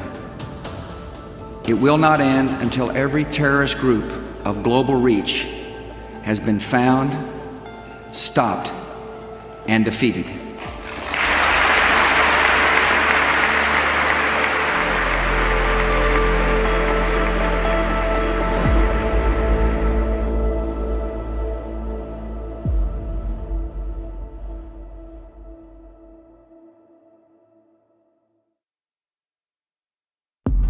Next time on the Corbett Report. I believe that this is the time to deploy a globally concerted effort against all sources of terror. This is, in my mind, simply the legal basis for 18 years of perpetual war in the Middle East. Tonight, I can report to the American people and to the world that the United States has conducted an operation that killed Osama bin Laden, the leader of Al-Qaeda.